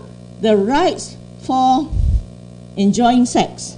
Okay, the rights of enjoying sex. So when they presented this, I asked one of them, if a prostitute says that I want you to wear condom, the client, But the client says that it's my sexual rights. I can only enjoy myself if I do not want to wear condom and I want to sodomize you. I want to do anal sex. So I said, whose rights will you be entertaining? And they can't answer that. Good. So the thing is that this declaration of sexual rights was actually initiated by this, and in this discussion, one of them are sexual worker. I think she's also do not know what she's talking about, because she's trying to say that, allow the tagline sexual work is work, but we have reports that there is increased women, young women in UK complaining about anal incontinence because anal sex have become mainstream. Okay? So it was projected as normal. So any girlfriend rejecting anal sex from boyfriend will be accused as homophobic or transphobic, or you're not normal. You're not normal, kan? So that is the thing that comes with all this. So of course we objected to that, and we say that Islam played fundamental role in Malaysia. There's no way Malaysia is going to accept that kind of declarations.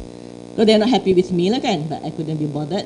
In front of me are all family medicine specialists, our family medicine specialists, our public health specialists, and I told them, we don't have to buy all this crap. Okay, so I think the effects of gender ideology, I'll be very fast. Okay, masa keceritaan. So you will see that youth with gender dysphoria surge because of this ideology. One psychologist says, I used to see about 2 to 3 cases of gender dysphoria per year. Now I see the whole class. The whole class. Okay? A mother came to me and said that, Dr. Rafida, my daughter is asking about chest binder. Chest binder is something to tighten the chest of a woman because they're not flat chest. Kan? But the daughter asked innocently because the friends are discussing about it. So, they no longer talk about bra. They talk about chest binder. The ideology has them thinking that being a girl is not happy with it. It's troublemaking. You've got to deal with menses. You have breasts and all. So this is what gender ideology has come to penetrate us. Okay. So now I have moved from talking about transgender to gender ideology, and I've started talking to parents and teachers, and coming with title which I think my grandmother would laugh at me. Kan? How to accept yourself as a girl, how to be happy that you are a girl. Kan? A title which I think in the past you don't have to deal with it. Okay. So these are the new diagnoses in US alone. From 15,000 to 42,000 in a matter of 5 years. Okay. And capitalism is there. Gender dysphoria means money pump into the physician selling hormones, the surgeon doing sex reassignment surgery. The physician selling hormones, this child will be depending on the hormones for life. There is no way to say that it's natural. Okay? So, how they actually, from behavior to dysphoria to hormonal and to surgical. Okay, so these are the things. Gender reaffirming in children being a huge problem in United States, UK, and many country in Europe. Okay, so this is sampai dia dapat. They have already put a guideline. This is actually puberty ni. If you see, atas tu male puberty. Oh, next slide. Sorry. Okay, atas tu male puberty, age 11 to 12 until age 18, 20. What will happen? Age the lower orange one is female, and they say they can give you puberty blocker if you don't want to progress to being a girl, if you don't want to progress being a boy. So this topic concerns me because I'm a physiology. What are the normal functions of the body? We have various hormones who knows what to do in the body. You don't have to give directions. Estrogen would do what it's supposed to do. Testosterone would do what it is supposed to do. But they teach that you give some blocker and things will be just nice. They want to mimic, but it will be haywire. The homeostasis will be disrupted, and we have many evidences where these children later on regret, but some regrets are too late. Okay, you have removed your breast, you have removed your ovary. At the age of 21, you have what we call chemical menopause.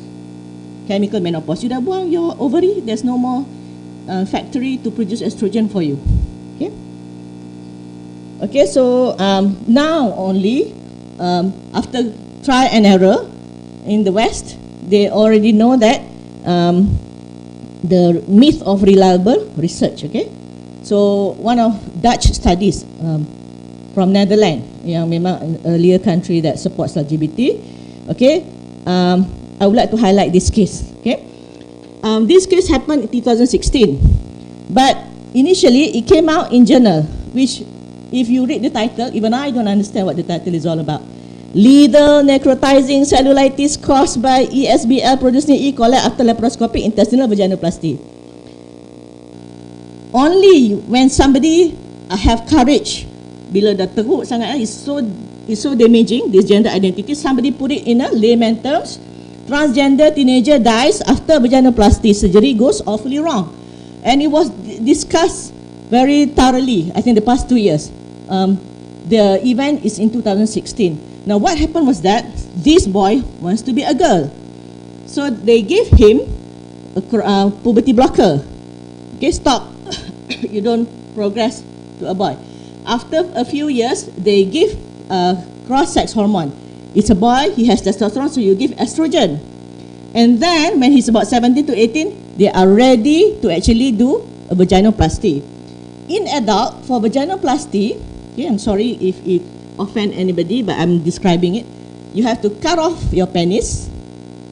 Bukan cut off. Yeah, what do you call? You get the skin.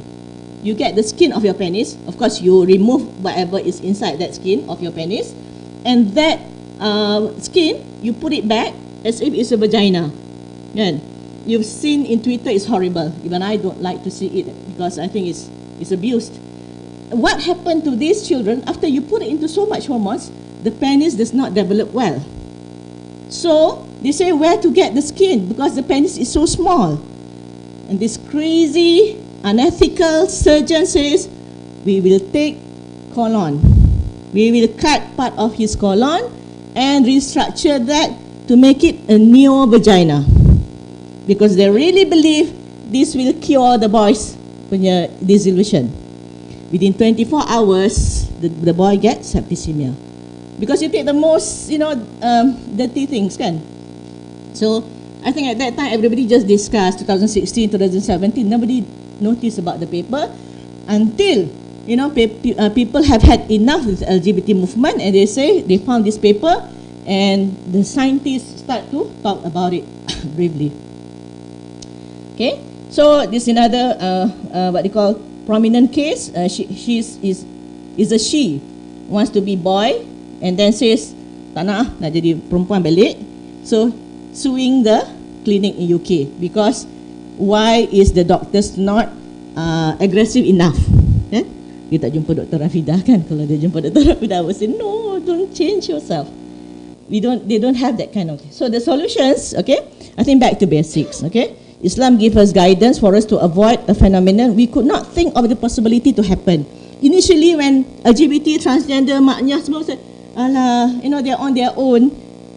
They're on their own. They're not going to disturb. But it becomes ideology. It starts to disrupt about science. And I'm in science. I said in my physiology book, there is no other gender except for male and female.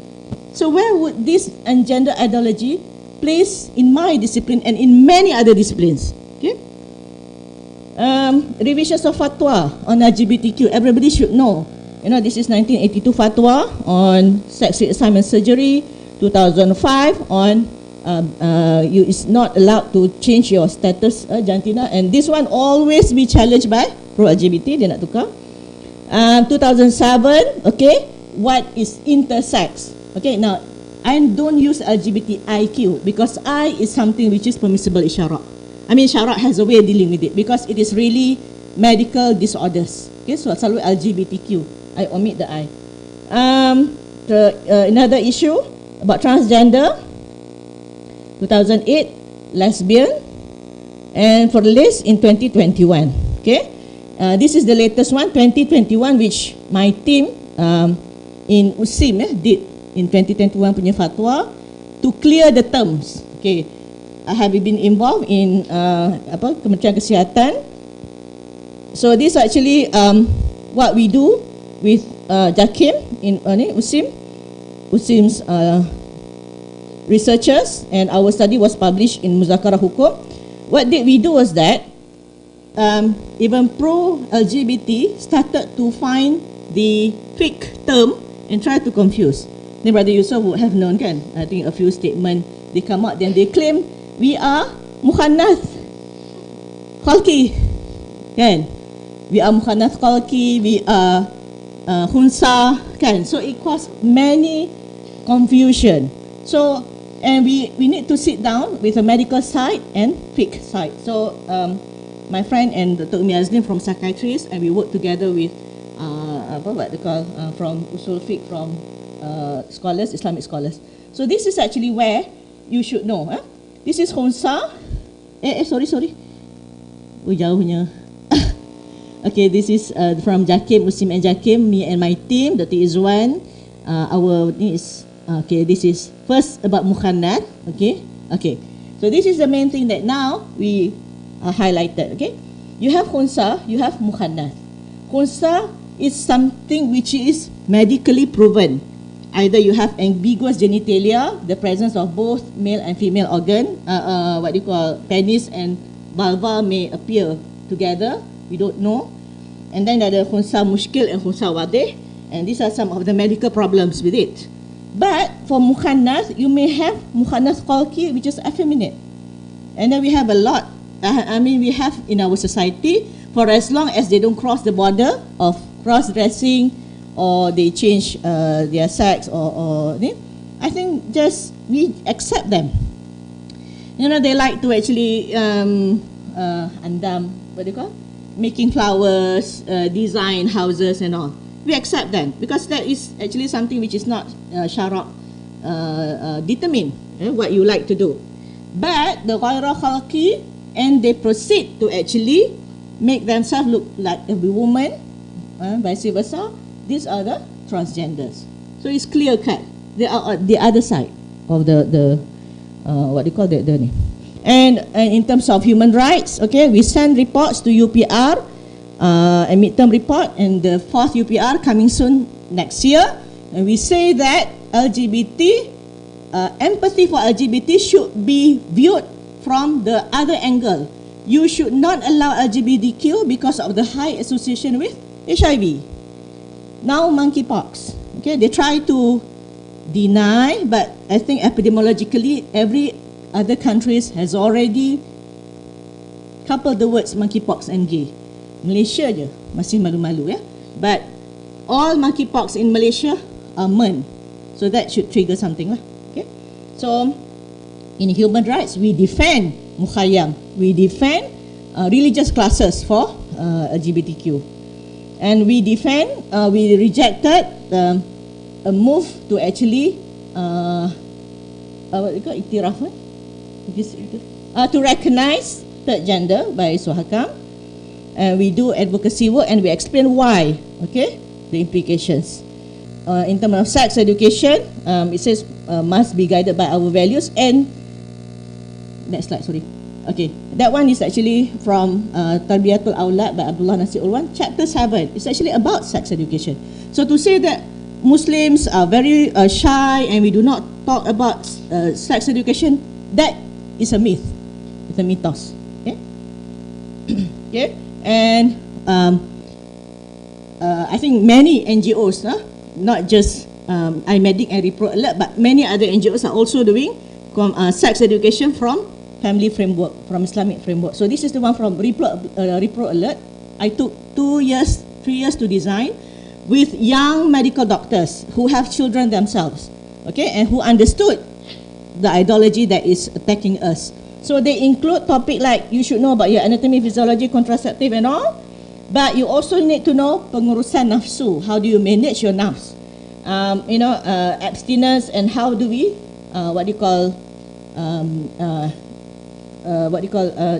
educate our children from beginning. Okay, these have been going on. We went to classes and children, and I sometimes, have to just say clearly about what is sodomy, what is liwat, yeah? And I have interesting questions from Standard 1. So how do you explain to Standard 1? What is sodomy? But some things we are actually trying to counter the many textbooks that is trying to project about this sex and all. Okay, me and children, the school children, and this is our young doctors who are working for giving sex education in the right framework. Okay, I think the government should strengthen biological sex as the main determining factor. We have issues because the English constitution says gender. The Malay one says jantina. We want jantina. We want biological sex instead of gender. Strengthen our syllabus to appreciate their bodies. Enact to ban any form of gender reaffirming therapy. Act to ban any pro-LGBT educational and promotional campaign. And Ministry to strengthen, support and collaborate with religious agencies in empowering gender identity that is in line with biological science. Okay, and avoid lifelong dependency on puberty blockers and cross-sex hormone. So I end with this Surah Al-Isra. Okay, wala taqrabu zina innahu kana fahishatan wa sa'a sabila. Because LGBT, you talk about bisexual, transgender, and gay, homosexuals, which are actually doing a form of zina. Okay, and also our CSC education, and this is actually the thing that form gender ideology, which is try to entertain human in the way that the religion, what they call forbid. Okay, thank you very much. Assalamualaikum warahmatullahi taala wabarakatuh.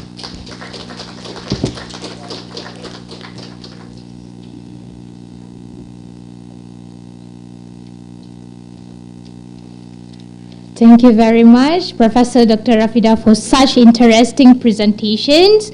So before we proceed to our next presentation, let's have some 3-minute breaks. You may have free flow tea and coffee outside the hall and later come back inside the hall within 3 minutes before we continue with a very interesting presentation after this.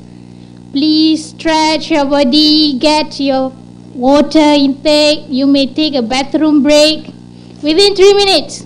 Come on, you can do it. Young scholars.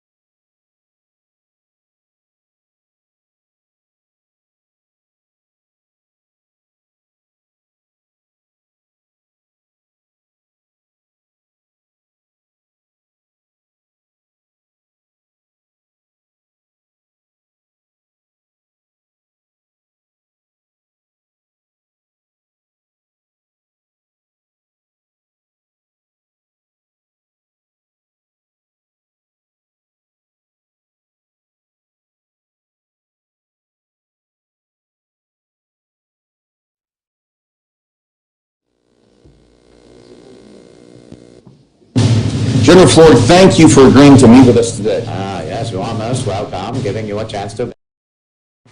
General Floyd, thank you for agreeing to meet with us today. Yes, you are most welcome, giving you a chance to beg and plead for mercy before we destroy your planet is my favorite part of the job. No, please, don't destroy us! We don't deserve this!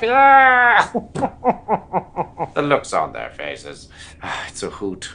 Perhaps we should start out by introducing ourselves. I'm Chief of Space Operations, General Foreman, he, him. Undersecretary of State Angus Miller, he, him. Chief Diversity and Inclusion Officer Amanda Williams, she, her. And what exactly is a Chief Diversity and Inclusion Officer? It's my job to be a black woman. Well, good job then. And what is this he, him, she, her, of which you are all speaking? Those are our gender pronouns, so you know which gender we identify as. I appreciate that, but I am pretty good at telling the difference between the two genders. A man, man, woman. Nailed it. That was a lucky guess, but there are way more than just two genders. Fascinating. We've been probing humans for years, and we have only discovered the two. How many genders are there? 172. It's hard to know, really. It's changing all the time. So, your species is evolving that rapidly. Remarkable. Perhaps while you are sitting here, you will grow additional limbs or develop the ability to breathe underwater. No, that's not what we meant. It's too bad. I breathe underwater. It's a lot of fun. If you threw 20 pennies into a pool, I could dive down and pick them all up without ever once resurfacing. Boom! What, no applause? So, what are these genders, and how do they function? Function?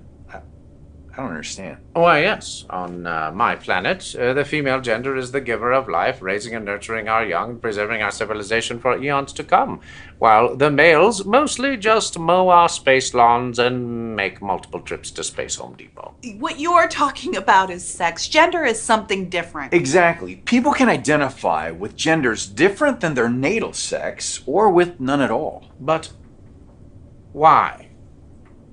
It's just the way we feel. No! It was the way we were born. Well, of course, a lot of times they don't realize how they were born until someone tells them. Someone like a teacher or social media influencer. And what exactly are these various genders? You have me very curious. Well, there's non-binary, which is someone who identifies as both genders. Doesn't saying identifies both genders imply that there are only two genders? What's it? No, it's... Shut up. Actually, it's genderqueer. That is the term that refers to people who identify as both genders. You know, like my nephew. I thought that was gender fluid, like my niece. No, that shifts around. No, bigender shifts around, like my stepson. It can. Well, unless you're Native American, in which case it's two-spirit. Like my cousin, who got into Harvard because they's 1/16 Native American. Oh, I understand. On this planet, there are people who are men, and people who are women, and people who are mentally ill. I can understand that it's confusing. It can be difficult to keep track of all the different genders. There's so many of them.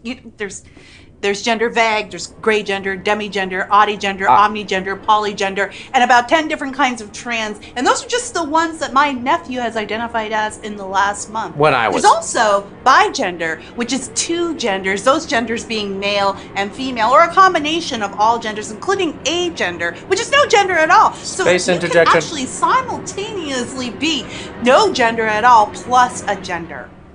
It's pretty cool, huh? The planet has no sign of intelligent life. Official recommendation, destroy. No, please don't destroy us! We don't deserve this! Oh, there's that look. Well, sorry.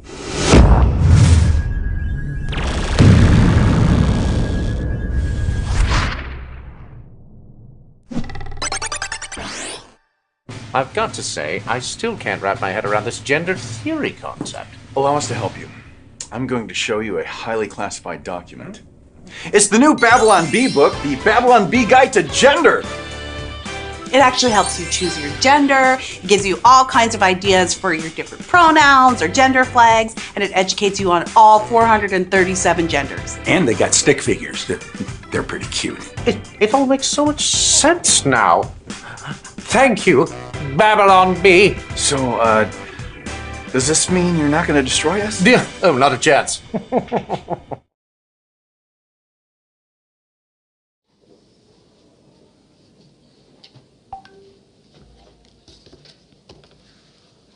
Such an interesting and fascinating video to know about these issues on genders, identities, right?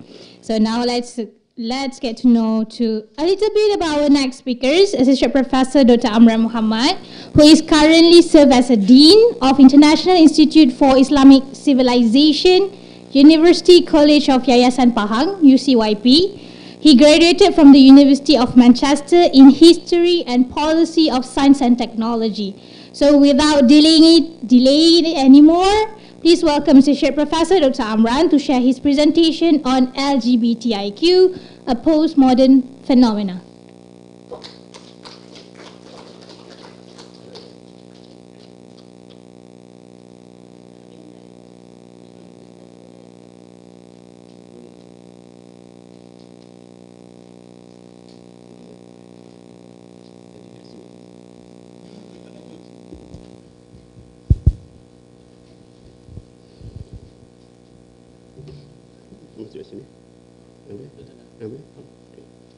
Ataupun beritahu dia untuk buat. Okey. Assalamualaikum warahmatullahi wabarakatuh. Alhamdulillahirabbil alamin wassalatu wassalamu ala asyrafil anbiya wal mursalin wa ala alihi washabihi ajmain. My dear old friend, real old friend, brother Jamal, yeah, Indian engineer Jamal, then my long-time friend, yeah, both Dr. Mega, yeah, which I know her from ISTAC time, yeah, old ISTAC time, yeah, Dr. Associate Professor Dr. Slina, yeah, who together with me built ICCI, yeah, International Islamic Strategy and Studies Institute, yeah, Prof. Rafidah, yeah, one of the, I think, the champion for this gender ideology, yeah, gender ideology buster. Okay, Dr. Daud, yeah, today first time meet you, yeah, and all lecturers, yeah, and student, and also ACCiN committee members, yeah, who with Brother Jamal. Okay, I think you have heard at least 3 speakers, yeah. First, Brother Jamal himself, then Dr. Aslina, Dr. Mega first, Dr. Aslina, and Prof. Rafidah. I don't want to repeat my some of the thing is similar. Yeah? We are talking today about gender ideology. Yeah? The word that we must kind of understand. Yeah? It's become Dr. Mega show what is ideology is. Yeah? It's like false idea or false philosophy is become political movement now. So it's another way to understand ideology. Yeah? From false philosophy or false idea put into the ground, become political movement. Yeah? Okay. And now when you listen to you watch the video clip just now, you see what I think what's happening now, we are living in the what we call spirit of the age, or zeitgeist, yeah, spirit of the age, which is what we call postmodern, yeah. But this postmodern era of postmodern time is not much different from very long time ago, which happened also in our history, in the human history. Yeah? We talk now about people who no longer, maybe after Dr. Aslina talk about the transition of the philosophy in terms of liberalism, and also Dr. Mega talk about from Descartes time there is a kind of evolution of idea from understanding or accepting or acknowledging the objective reality, now to become focus more on your subjective self. Yeah? Okay. What this means here, that human nowadays, people are no longer seeing reality as objective thing. Yeah? And in the case of gender, so now gender become what we said, gentina, sex, become like a subjective thing. You think what you are. If you think you are male, you become male. If you think you are female, you become female. Yeah? Okay. And talking about this thing, I think we also sometimes feel embarrassed. Yeah? Why this thing happened? In Islam, as we know, yeah, from our study, talking about sex, yeah, is something like private, yeah, private, because thing is very sacred, very kind of, it's about our muru'ah. Yeah? So we don't discuss in public, yeah, even from the past, yeah? We don't discuss like openly. Now it's become like a public discussion, like the one we discussed today. It's not to say that we cannot discuss, but now the zeitgeist, yeah, the spirit of the age, because we have been conditioned by this ideology that make us think this thing something that we should discuss, and become like problem. Yeah? This is what I call postmodern phenomena, which is for the people in postmodern phenomena, there is no more objective reality. Yeah? What left is only perspective, or what left is only your subjective mind. Yeah? But how we look this from the Islamic perspective? Yeah? If we look in the past, yeah, we have also a problem. Yeah? When Islam spread, yeah, from, for example, 10th and 11th century, there are influx of new ideas come from, I can say, Greek, yeah, from not only Greek but the Hellenistic kind of thought, yeah, among the thinkers, yeah, especially we call falasifa, yeah, they brought new ideas to the Muslim community, yeah, the Muslim world, which also influenced the scholar, yeah, the thinkers, the Muslim thinkers and scholars. For example, the Greek philosopher believe that, for example, the world is eternal. The alam is kadim or kidamul alam. Yeah? The world is eternal. Or God only know the small thing, not knowing. God only know the universal thing.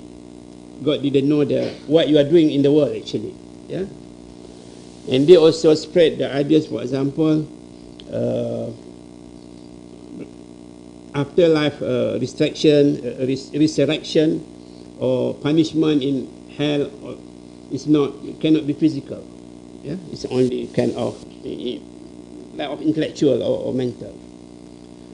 These people, yeah, bring what we can call now is like postmodern also, yeah, because this relates to what in Islam. If you study Aqidah, there is a famous text, yeah, by Taftazani, or called Syarah Taftazani, which he said, Haqaiqul Asya' Sabitatun. Yeah? The reality of things is permanent, it's fake. That means you can know the reality of things by looking at it. Yeah? It's obvious. For example, nowadays we say who are men or women, we identify through either biological or medical. In certain case, medical. So something that's real and objective. Yeah? But nowadays there are many people who, like we see in the video clip, there are like 400 kind of interpretation can be done. Yeah? This in the past they call sophista'iyah or sophists. Yeah? There are many forms of sophists. Yeah? And now this movement also happen now under the name of postmodern. Okay, next. I forgot about my okay, this is about ideology. I think we can skip, yeah, because Dr. Mega already talked about this, and I just try to summarize. Ideologies, when the false ideas put into practice, become political movement. Yeah, that has become ideologies, which today we discuss about gender ideology. Okay, next. Okay, this is clear to you now from Dr. Mega. Yeah. Okay, one of the example ideology is communist. Yeah, gender ideology also like communist. Yeah. Okay. There. This. What else you can say if this is not like a political movement? Yeah. Then they become violent, and sometimes they become very uncompromising to others. This is very political. Yeah? But we also always get impression that they are being victimized. Yeah? People are not a kind of didn't treat them well. But in reality, they are basically like communists. They want to impose something. They want to make sure people follow their ideas. Yeah? I do not know now. Maybe Prof. Rafida can explain later. But even now, I see in the West, they also didn't like LGBT now. In America, in Canada, like this movement also now get a lot of resistance. Yeah, the one that Dr. Mega show is like, which is like 86, right? The law being implemented like 86 something. Yeah, that during kind of the high time for their movement. But now I think their movement also are getting declined even in the West because they got many rejection. The problem in the Muslim world, like us, we follow them late. Yeah, like when they are in the high position, we try to imitate. Then when they decline, we still at their time when they are in the high position. Yeah, so we can say the LGBT movement also in decline in the West actually. People fed up with them. Yeah, but in our country, in the Muslim country, they start just to picking up. Yeah, try to see this is a new thing that we should follow. Yeah, Muslim always kind of left behind in terms of understanding the problem or the issue. Yeah, and like become funny like when in the West they start to resist or reject LGBT, we in the Muslim world very eager to support. Yeah, very eager to understand. Yeah. Try to follow. Yeah, I think maybe Prof. Rafida can explain maybe still later. I think the women are not that strong nowadays. Yeah, in the West even. Yeah, so now they have the Muslim country, the non-West, which are very always like to follow others. Yeah, okay, they are very political. Yeah, next. Okay, sure, they have what they call emblem. They have flags. These are kind of ideology. Yeah, it's like communist also. Next. Okay, this is gender. Okay. When they become ideology, what they put here, the gender ideology transform feminist and LGBT policy into a totalitarian. One of the characteristics of ideology is always totalitarian. They want to impose to others. There is no way you can negotiate with them. Yeah, this is what happened to LGBT. They don't want to negotiate with us. Yeah, they said that we should follow them. Yeah. They don't want to listen to us, so they become totalitarian, like communists. Yeah, because they change the family, the children. Yeah, and you see what happened now when gender ideology try to impose upon us their idea. They destroy the very basic of Islamic society, like the institution of family, the institution of marriage, the institution of parenting, the institution of woman itself, the institution of male itself, man. Yeah. Because in Islam, these are very foundational for our society. And Islam is the only religion that really takes serious this thing. If you look into the global development, only Islam, the religion are very, very committed to preserve the institution and the integrity of family, marriage, parenting, manhood, and also womanhood. And they are really really want to destroy what Islam very committed to preserve. So that's basically what gender ideology meant. Yeah. Okay, but now because it becomes spirit of the age, people like medical people like Prof. Rafida, not her, I mean the community in the medical practice, the pharmacists, the lawyers, the industry. So they also accept this as normal. This is what I mean by gender ideology become a phenomenon in postmodern, which become the spirit of the age. Yeah. So the professional people in the academic, in the medical field, in the legal field, think that there's no problem with LGBT because it's thing already become normalized in their their thinking because of the postmodern mindset or postmodern ideas. Yeah? Okay, next. Okay, whoever against LGBT they call binary. We are very binary people, like what Dr. Mega said just now. You remember, Islam put very strict or very firm understanding. Male and female are binary thing, and there is no issue for us to accept this binary thing because it's part of our religion and what God endowed upon us. Yeah. So if you don't like LGBT, they call you binary. That means binary means you are outdated, you are kind of not sophisticated, yeah. You are stuck with the religion or you stuck with the culture. This is what they said just now. If you watch the video, yeah. So this is what they say. Binary people always very rigid. Yeah?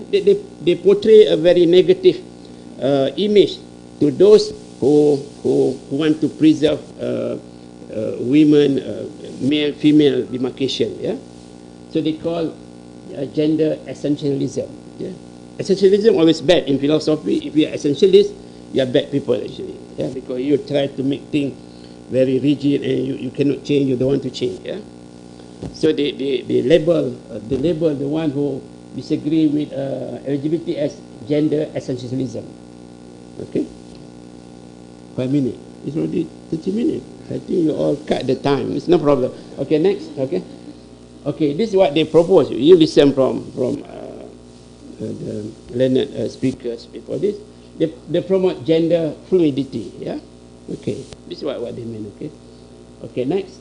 Okay, this spectrum between Prof. already said. Okay. Next. Now they put difference between what they call identity, expression, sex. This is what we call sophists, yeah? Sophistaia. Yeah? They make things just complicated, yeah? through language, and people just get confused, yeah, like in the video, exactly. Yeah? And the alien see us as now very strange. Yeah? We become alien actually. So we deserve to be destroyed. Yeah? Through the normal logical evaluation. Okay, next. Okay, this have been discussed, I think. Okay. Okay, this is what we call postmodern. Yeah? So if you look properly, the movement start around 50s and 60s. Yeah? So in the past, people didn't discuss LGBT. In fact, they call deviant, yeah? Sexual deviant, right? Yeah? Now from deviant become normal. Yeah? That's why they try to normalize things. And now become normal, now they become standard. Yeah? From deviant become standard. So whoever disagree with LGBT is not following the standard. You see? How things change, yeah? From deviant behavior become the standard behavior. Yeah, that means behavior that should be accepted, yeah, by people. Okay, okay, okay. Next, this is about postmodern. Yeah, I just try to share with you. Okay, this is one of next. Okay, there is basically what they say. There is no more truth. There is no more reality of clear demarcation about male and female. Everything now is relative, subjective. Yeah, this is what happened when people lost their belief in religion, in God. Yeah, yeah. This is what happened in the West. But in Islam, we have still God, and we have religion, which is provide us the clear understanding of objective reality. So we don't become relativists or sophists. Yeah, that's why in Islam, the first thing that we should learn is about Aqidah. Or they call Usuluddin, right? In Usuluddin, if you know the tradition, they start with knowledge, yeah? What they call an-nazar. They should study about knowledge because from knowledge you can identify which is true and false. Then you study about they call mawjudat, things that exist, yeah? From there you can identify, yeah? That means you always can understand the objective reality, what they call haqa'iq. Just now, yeah. Only then you study about God or ilahiyat, then you study about prophethood or we call nubuwat, yeah. In the last one we study about akhirat, yeah, about hereafter. So Muslim always have permanency in their ideas about reality, yeah. So if you remember, I think Dr. Mega said God become like concept to them, yeah? Something that you can imagine, you can speculate, yeah. But Islam got something which is the reality, which is absolute truth, yeah, absolutely real, yeah. It's different, and also other things that around us. So when you lose your understanding of truth and reality, which is provided by the understanding of knowledge, theory of knowledge, or nazar, or al-mawjudat things, then you lost everything about identifying the reality of things, the objective reality of things. This is what happened to gender ideology. So they made things become more vague, yeah, because through language, yeah. Now through the support, the evidence from so-called academics, yeah, research. This is what happened now in our time. We call postmodern era, yeah. Okay, truth is okay. This is some other thing, yeah. I think maybe you all can take my slide and you can read. It's very obvious. In fact, this is what we teach in the falsafah and issues master in the IPTA. Yeah, the supreme current issue. Yeah, we have one bab or one chapter on ideology. Yeah, so I think I'm not sure if when IU they use the FIS, they teach FIS, yeah? FIS.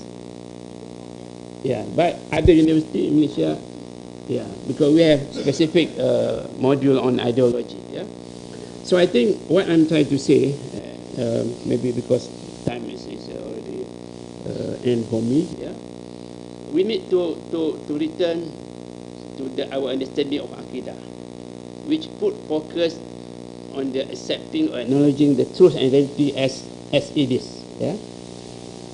That's why the usuluddin in Aqidah is very important.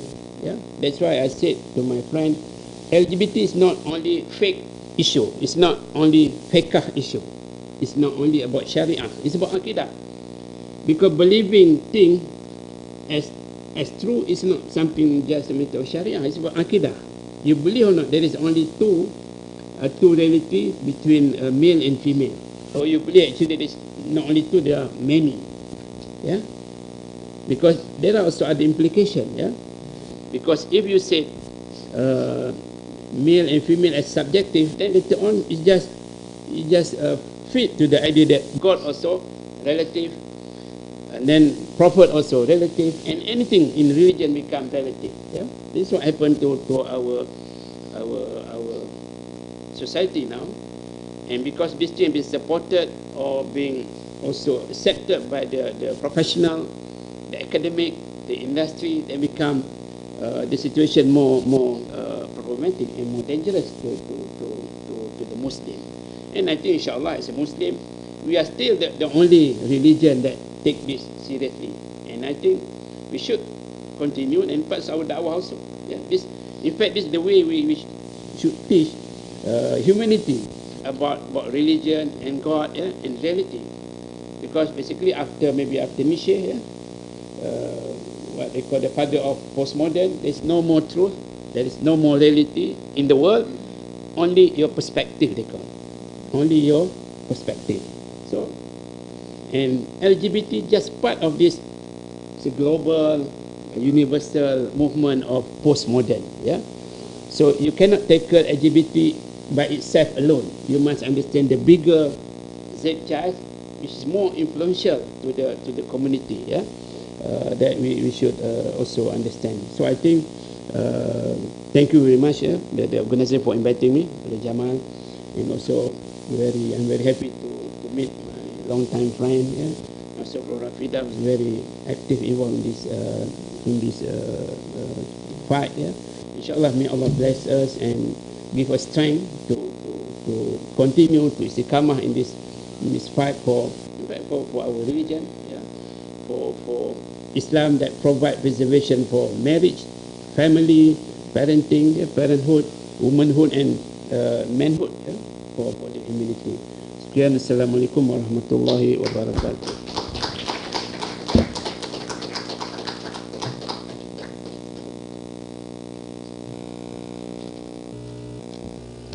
Thank you, Associate Professor Dr. Amran, for your presentation. Finally, we are now reaching for our last speakers for today's event, Dr. Muhammad Yusuf Daud Ghani, who is a lecturer in the Department of Psychology, Faculty of Social Science and Humanity, National University of Malaysia, UKM. He obtained his PhD from the same university in 2018. Dr. Muhammad Yusuf wrote papers concerning on the identity conflicts, and provide consultation and services as panelists in various institutions and seminars. As for that, we invite Dr. Muhammad Yusuf Daud Ghani to deliver his presentation entitled Atheism and Agnosticism, Road to Religion. Please welcome.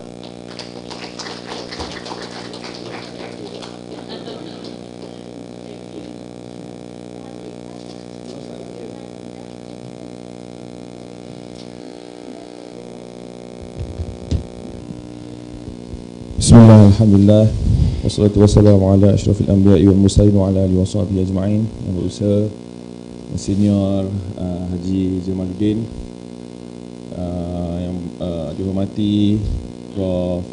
Amran, respected speakers and respected audience. Assalamualaikum warahmatullahi wabarakatuh.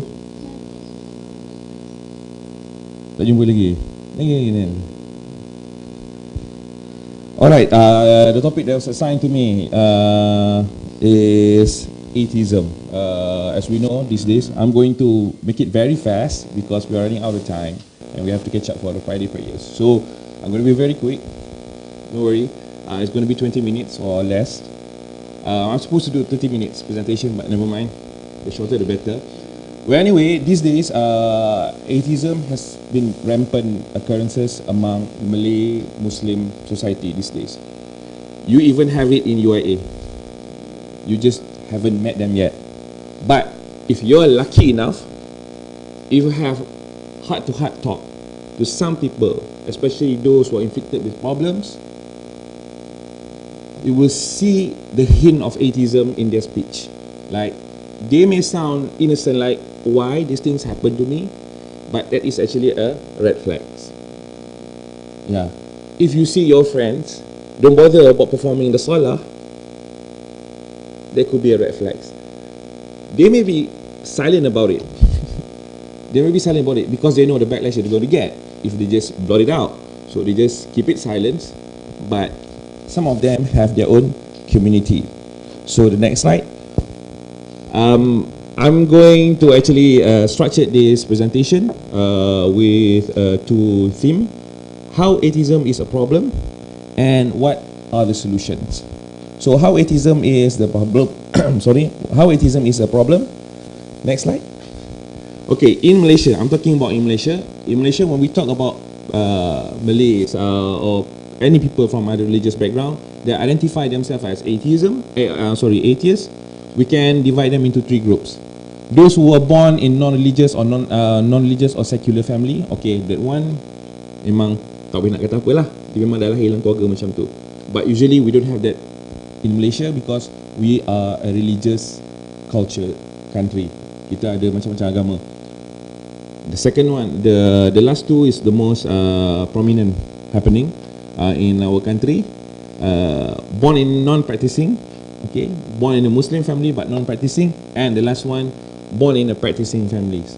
Okay, we are going to deal with the last two. How could a person born in, even they are not non-practicing, but they have the belief, right? How could a person who has been raised, born in a Muslim family, born in a practicing Muslim family, suddenly chose to become atheist or not believing in God? You see, we have the ideas that these people become atheists because of intellectual reasons. I'm going to demonstrate to you the problem is not intellectual but rather an emotional one. And this is not what Dr. Yusuf said. It has been studied, it has been shown in research papers, it has been intellectually discussed, okay, in symposium, in seminars about people, psychological background of people who identify themselves as being atheists. It's a purely emotional problem. I'll demonstrate to you how. Next slide, please. Alright, you see this guy? People call him ulama before he become atheist. Saudi, Abdullah Al-Qasimi, born in 1907, died in 1996.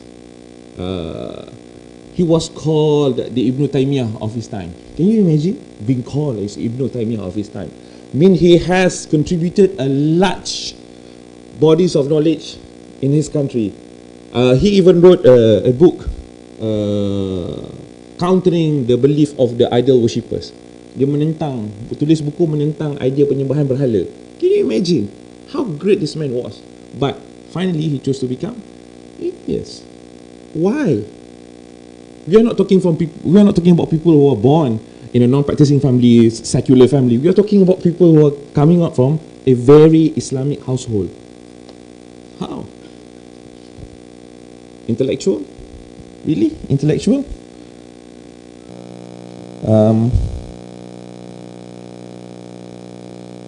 Next.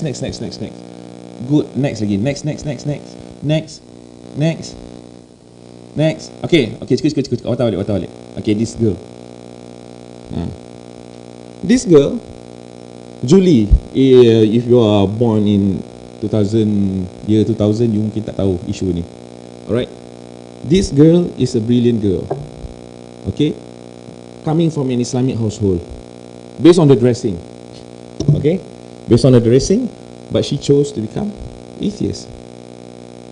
She was once a music of a topic when in Malaysia long time ago. Next slide. Excellent student, the best SPM student. The whole Terengganu, Brother Mas. I actually got this slide from Brother Mas. So the best student, pakai tudung kelumbung labuh kan, and then choose to become atheist. Why? Intellectual. I used to believe that they become atheists because of intellectual reason. But after several encounter with people who identify themselves as atheists, it's not actually a problem of intellectual. It's more about emotional. You can detect that from the speech. You see the anger, the way they write on the Twitter, the cursing words, the perasan bijak words. You see, have you ever heard Dunning-Kruger effect? Dunning-Kruger effect is people yang rasa dia pandai dan dia tak tahu dia tak pandai pun sebenarnya. We call it Dunning-Kruger. It is a disease among this kind of people on Twitter. You see, I will demonstrate to you how this is their pattern of speech. Alright. Okay, patah balik ke slide yang okay, yang ni, yang sorry yang the one where Mahdi Hassan and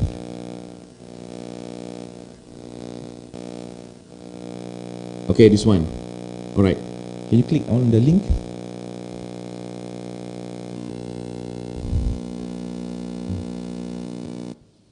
Try Precision One contact lenses for all-day comfort and hydration.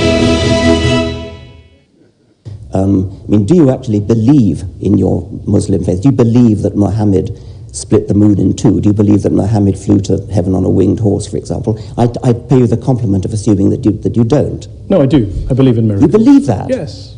You believe that Muhammad went to heaven on a winged horse? Yes, I believe in God. I believe in miracles. I believe in revelation. Okay, I mean, the point here is... what is Richard Dawkins was saying is that, do you believe in Isra Miraj, the flying winged horse, and all other miracles in Islam? You see, and Richard Dawkins, being an intellectual person himself, asking that question actually, for me, reflects his non-intellectual side. Because it is as if he is so empiricist, he tried to prove that he is so empiricist, okay, who stubbornly, religiously adhere to the idea of empiricism, that he denies the existence of other realities. This kind of thinking only exists among babies. How? If you play with the babies for some time and then you left the babies will cry. Why? Because the babies experience separation anxiety. The baby thought that you are leaving him or her. Correct? But for adults, we know there is another reality. There is another room inside the house where the mother or the father could be going around doing their things and then will come back. So this is actually a mentality of a person who are very much influenced by emotion rather than intellect. All right? Next. The Epicurus trilemma, or in short, if there is God, why there is suffering? If there is God, why is there suffering? Kalau ada Tuhan, kenapa ada suffering? Can you see the underlying assumption of atheists regarding this matter? What is the underlying assumption? The underlying assumption is that when there is God,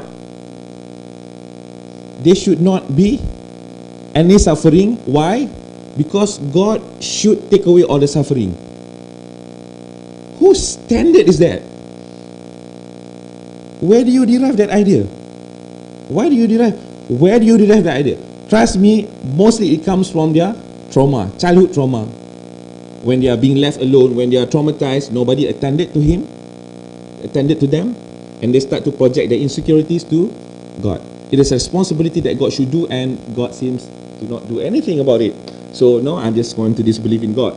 Why? Because if God really exists, there is no suffering. In particular, I shouldn't be traumatized. This is actually a reflection of emotional problem camouflage by intellectual discourse. You know, pakai smart-smart, duduk dekat simposium macam tu, nampak macam intellectual. No. These are just a bunch, I don't want to say stupid, these are just a bunch of people who are affected by Dunning-Kruger's syndrome. You can see these people when they gather around, they gather together, you know, when they discuss among them, you know, one of them feel like, I'm Socrates, you are Plato, and then kan, fulfilling lah, kan, macam discuss. The Malays, they don't understand this, kan? We are so intellectual, you know. Yeah, you can see this kind of talk on Twitter. You may not find it in a real life chat like this, but you can find it on Twitter. Why? Because diorang pasal diorang pandai, sebenarnya tak. Ada banyak lagi ruang yang diorang tak discover. Alright? For example, in Islam, we have the answers for the problem of evil, because God Himself chooses to allow evil to come onto earth. The fact that Allah Subhanahu Wa Taala allow Iblis to come and tempted human is the fact that Allah is overpowering the evil. The evil come to Allah Subhanahu Wa Taala begging for long life. Correct? So the problem is solved in Islam. So the evil actually comes and God allow. And God, because why? God knows the evil will not triumph at the end. We have the answers. But this, because these atheists, they are so caught up with the what we call empiricism, they cannot see another reality. They cannot see another things behind the what we call the curtains.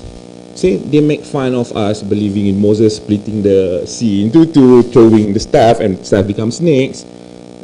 Jesus was born without father. Okay. But the fact that they themselves believe that something come from nothing, that is even I don't know what's the right word to say that. Believing something coming from nothing. Nothing gives birth to something. That is, I don't know why they are bothered with the belief of, you know, some guy living in the belly of a whale for some days. I don't know why they are so bothered with that belief when they themselves have that kind of belief. If they want to call it illogical, those beliefs is illogical. Imagine you're coming into the room, there's a whiteboard and there's a small dot, and I say no, the small dot just happened by itself. Any logical atheist would say no, someone must have put it there. And they have the guts, the audacity to deny that this world come from nothing, and they call it intellectual. That's why I say they are not intellectual, mostly emotional.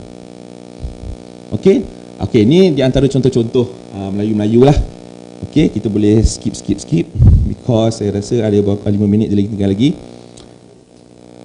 Ini tak perlu kot yang tak perlu mainkan lagu tu. Okay, dia contoh, tapi dia ni sekarang saya cari dah tak jumpa dah. He's no longer there on Twitter. Tu tunjuk back. Okay, this guy kalau kita bacakan the English. Psychologically, when you speak English, you rasa macam mana? You rasa macam, oh, I'm so intellectual. Yeah, and that's what they're trying to project on Twitter. Speaking in English, using bombastic language. You see, nowadays, if you can speak English, it's not a big deal. If you can speak another language, that is a big deal. If you can speak Mandarin ke Arabic, okay, that is a big deal. English nowadays is very easy, you know. Everybody can speak, you just have to learn. Come on lah. And yeah, and psychologically, they have been they communicate with themselves in English. Because why? Psychologically, what we call we have been brainwashed with the idea that if you can associate yourself with whites, you will have a certain level of intellectual level. Okay? Kalau cakap Melayu macam tak class. Macam kena cakap IU baru macam oh intellectual. Baru dia rasa macam pakai jubah-jubah labuh Sokrates, Plato tu. Kalau tak, dia rasa macam makan sirih, mulut mega-mega. I see, because this is purely psychological problem. Next. Lagi next. Ni pakcik umur 70-an. Sebelum tu. Okay, ni pakcik umur 70-an pun ada. Alright. Choose to become atheist. Alright. Now, my question is, religious is very sacred. I believe religion will be the last thing people will give up if anything bad ever happened to their life. But why people can easily give up? If we want to say that, you know, people give up belief in religion because of intellectual reason, I believe all of us would have become atheists by now. Because there are a lot of illogical stuff, beliefs in Islam. Isra Miraj, how? All the miracles that the Prophet does, how? Not only Prophet Muhammad, the other prophets that we believe in, right? And how about other religions? How about Hinduism? Oh, I don't mean to disrespect, but one of their belief is that the elephant-headed deities. You know the story, right? The head was chopped by the father and it was replaced by the elephant head. If by intellectual reason alone people would leave religion, I believe any religious community, any people from any religious background would have left their religion. But there are doctors, professors, intellectual scholars from Hindu religion, from Islamic faith, from Christianity, from Judaism, who still believe in miracles. Why? Because we know that there are other realities that happen. And also in our case, we don't see any problem for those miracles to work because it is not the work of the prophets, it's the work of God. Right? You see, Richard Dawkins was so perplexed by the idea of the Buraq. You know, can you imagine if he lived like 2,000 years ago, and I can time travel lah. Sekarang ni, I time travel 2,000 years back, meet with him, and I say, you know, in my time, there is a flying metal. What will he say? Stupid. Mesti dia kata bodoh. There is no way a metal can fly. Can you imagine? The same thing. Because your technology as a human cannot surpass the technology of God. It is Allah Ta'ala who brings the Prophet to the Isra Miraj. So it's problem solved. But for these people, because they don't believe in a higher power, they don't believe in higher power, that's the problem. Alright? So back to the question again, is it easy for us to give up religion just because some tenets, some beliefs of our faith is illogical? No. There are people, who extremely believe in certain ideologies, including Zionism, which I will show you. Okay, but first, let's see this one. Bud Ehrman is the famous Christian scholar. Not Christian scholar, he's a famous critic of Christianity. Okay, and I've read 3 of his books. Very interesting for those who are interested to study critics on Christianity, particularly on the writings of the Bible. Okay, you can always read his books, very good books. But the idea that people have been saying that he has left Christianity because of the discrepancy that he saw in religion. No, not because of that. Kan kita kan selalu percaya, oh dia masuk Islam sebab dia jumpa. No, not necessarily. Not necessarily.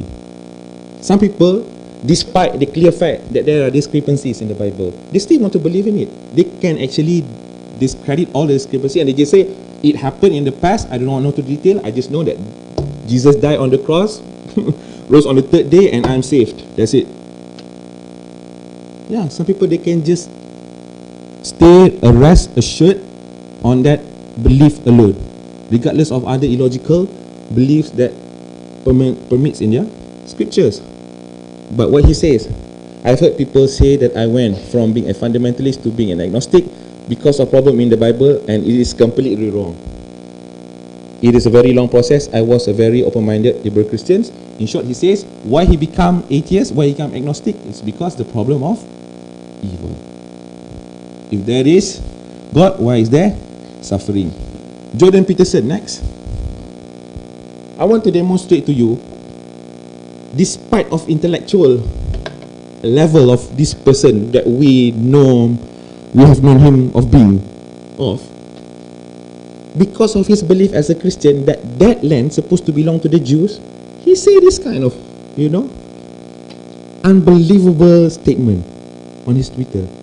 Because religion is something so sacred for you, even if it is illogical, you still want to hold dear to it. This is one and only example. We know this guy, very intellectual, debating the atheists, with his ideas. Some of the ideas I use when I'm discussing about religion with people who doesn't believe in religion. But when it comes to belief, he still holds to his belief. As a Christian, this land, Palestine, belongs to the Jews. No one would give up their faith easily just because of the idea of illogical belief or stuff like that. Next. So the problem is purely psychological. Alright, so what we need to do? Mana hilang? Tadi. When we see people speak badly about religion, when we see people speak badly about God, about our faith, about our prophets, what is our emotion? You feel angry, right? Okay, this is the time as a solution for you to learn to listen. Listen with your third ear. Sini. When someone say to you, semayang tak semayang, sama aja. You dengar dengan telinga ni. That's why you, apa kau cakap? Aku tumbuk kau. Because you listen with the two ears. Listen. You can ask your friend, like, why did you say so? Okay? Like me, myself, I have some friends, relatives, even relatives, who actually kind of on this atheism spectrum, I would say. And I say, I don't mind if you disbelieve in God, if you disbelieve in hadith, you can always talk to me. I want to know. And they speak. They actually dalam Quran, semayang 3 waktu je. And then I say, okay, then pray the 3 times. You tak semayang pun. You sebenarnya pemalas. Ngaku je lah pemalas. You're just plain lazy. And you're just playing with technicalities, with philosophy. You know what I'm saying? That's what Imam Shafi'i told us. That, orang bijak, intelligent person, bila dia sin, when they commit sin, they repent. But ignorant people, when they sin, they philosophize. Definitely. Alright, so we need to control our anger. Be a good listener. Be a good listener. And also equip ourselves with knowledge. How? This is a heavy topic. No, you don't have to go through all this heavy. Yeah, thank you. You don't have to go through all these philosophical books where you're going to crack your head open. You just need to listen to. You need to watch a lot of debates on YouTube. Nowadays we have YouTube. Use it. Jangan tengok cerita Korea aja. Watch the debates. Ada Hamzah Zozis, ada Hamzah Dan, ada I don't know how to pronounce this guy name, Sidiko Ju. And I personally inspired to learn about atheism from my friend Asarullah Al-Ansari. Okay, Asarullah Al-Ansari, also you can find in YouTube. Alright, and then before that, okay, the last two is very important. The way we convey our message, Islamic message to our children. Okay, if you solat duha, you're going to get money. What if you solat duha for 20 years and you still remain poor? We have been teaching ourselves and our kids that if you do certain practice, Allah is going to reward you materially. What if Allah SWT doesn't reward you materially? The same goes with the concept of hikmah. Oh, semua yang berlaku ada hikmah. Nanti kau tengoklah akan ada perkara yang bagus. No, sometimes the hikmah won't happen in this world. The hikmah sometimes happen in the form of forgiveness of sin in the hereafter. Yeah, sometimes you are tested with certain problems that seems doesn't to go off, and you were wondering, what is God trying to tell me? What is God trying to do? He's actually forgiving all your sin, so that in the hereafter, the path to the heaven, the path to paradise will be made very easy for you as compared to other people. Solat duha nanti jadi kaya. What else? Baca waqi'ah jadi kaya. Everything is transactional. I do this, God need to do this. I worship God, I memorize the Quran, I do zikir a lot. One day, if my car got trouble on the road, I pray to Allah SWT, the engine will start again. We feel so entitled. Who are we? So we need to repair the way we think about ibadah. We do ibadah because of that is the order from Allah Subhanahu wa ta'ala. Whether you're going to get the reward materially or not, that is another story. But the reward is there for you in the form that you may not know. Alright? And also the concept of hikmah. When you teach your children about the concept of hikmah, enlarge the concept of hikmah not only in this worldly realm but also encompasses the hereafter. Tell them, you may not get what you want in this world, but in the hereafter, you will get all the rewards abundantly. You can't imagine how immense it's going to be for you there. The problem is, we keep telling our children that if you do certain ibadah, you're going to get this. If you do certain ibadah, you're going to... At the end of the day, after being so religious for so many years, my life is chaotic, problematic. That is when I start to question God. I do da'wah, I memorize the Quran, I do zikir a lot, I pray 5 times a day in the mosque, not at home. And then when I got in trouble, I'm still jobless, I got no job. Kan? Other people have progressed better than me. Why is this happening to me? God, you are not fair. Okay? And starting from that, they will gradually disbelieve in God. But after sometimes they camouflage it with intellectual discourse, so you think it is actually an intellectual reason, but actually it is emotional problem. So here I have covered as much as possible. So we all need to pray doa to Allah SWT, ya muqallibal qulub sabit qalbi ala dinik. If someone like Abdullah Al-Qasimi can become an atheist, let alone ourselves, right? So we need to pray to Allah SWT. May Allah SWT protect our faith. Next. Thank you very much. If you know any person, if you yourself or you know any other person who has the hint of, being an atheist, please email me. Alright? Please email me. I would like to have a talk with them. Okay? Please tell them that I will not be judging. I'm very open-minded in listening to whatever they want to say about God.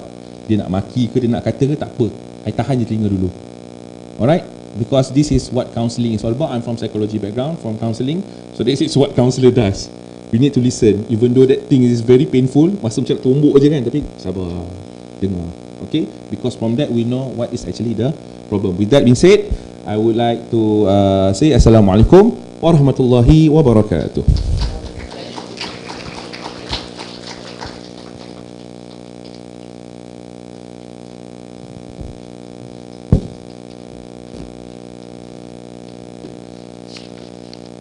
Thank you very much, Dr. Muhammad Yusuf, for such a great presentation.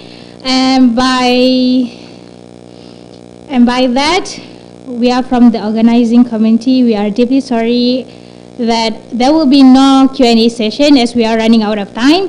So respected guests, brothers and sisters, before we end our seminars today, as our token of appreciation, I would like to invite first Tuan Haji Insinyur, to present the souvenir from ACCiN to our guest of honor. First, I would like to call upon Associate Professor Dr. Haslina Ibrahim,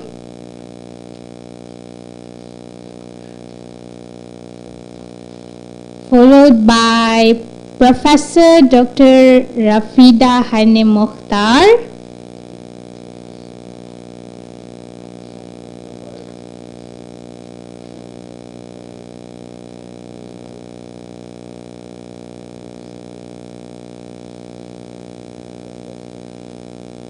Professor Dr. Rafida Hanim Mokhtar,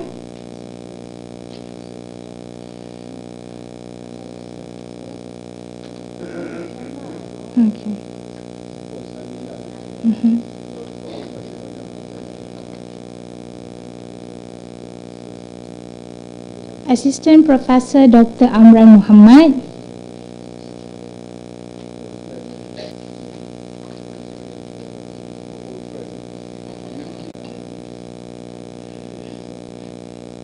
and Dr. Muhammad Yusuf Daud Ghani.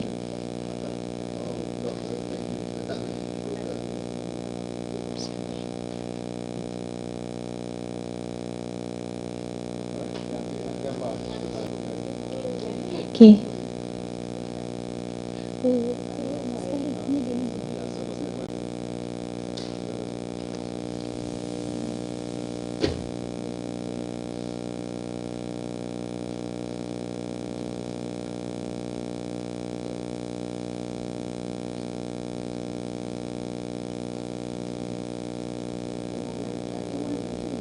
Okay, next, from behalf of Kuliah Ahas ARK we would like to invite again Associate Professor Dr. Haslina to present a small token of appreciation to our guests, respected guests.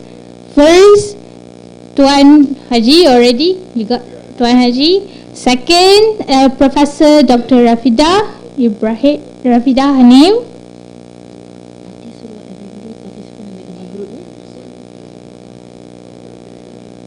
Third, Associate Professor Dr. Amran.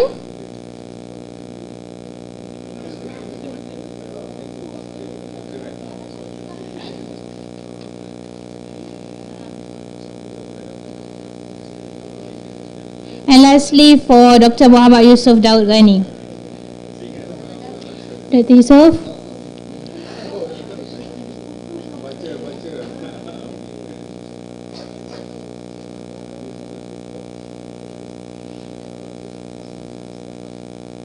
We thank you, Tuan Haji and Associate Professor Dr. Haslina. With that being said, before we end our seminar today, we would like to invite all the guests and participants to come to the center of the hall for photography session. Yes, center.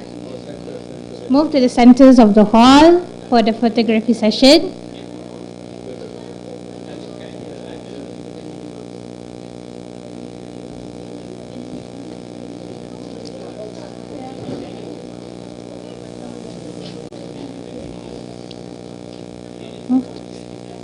Let me take.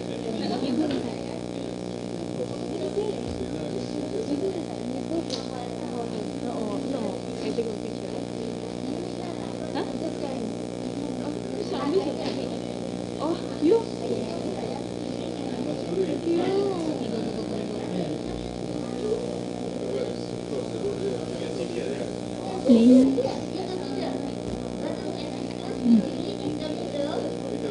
Brothers and sisters, please move in the middle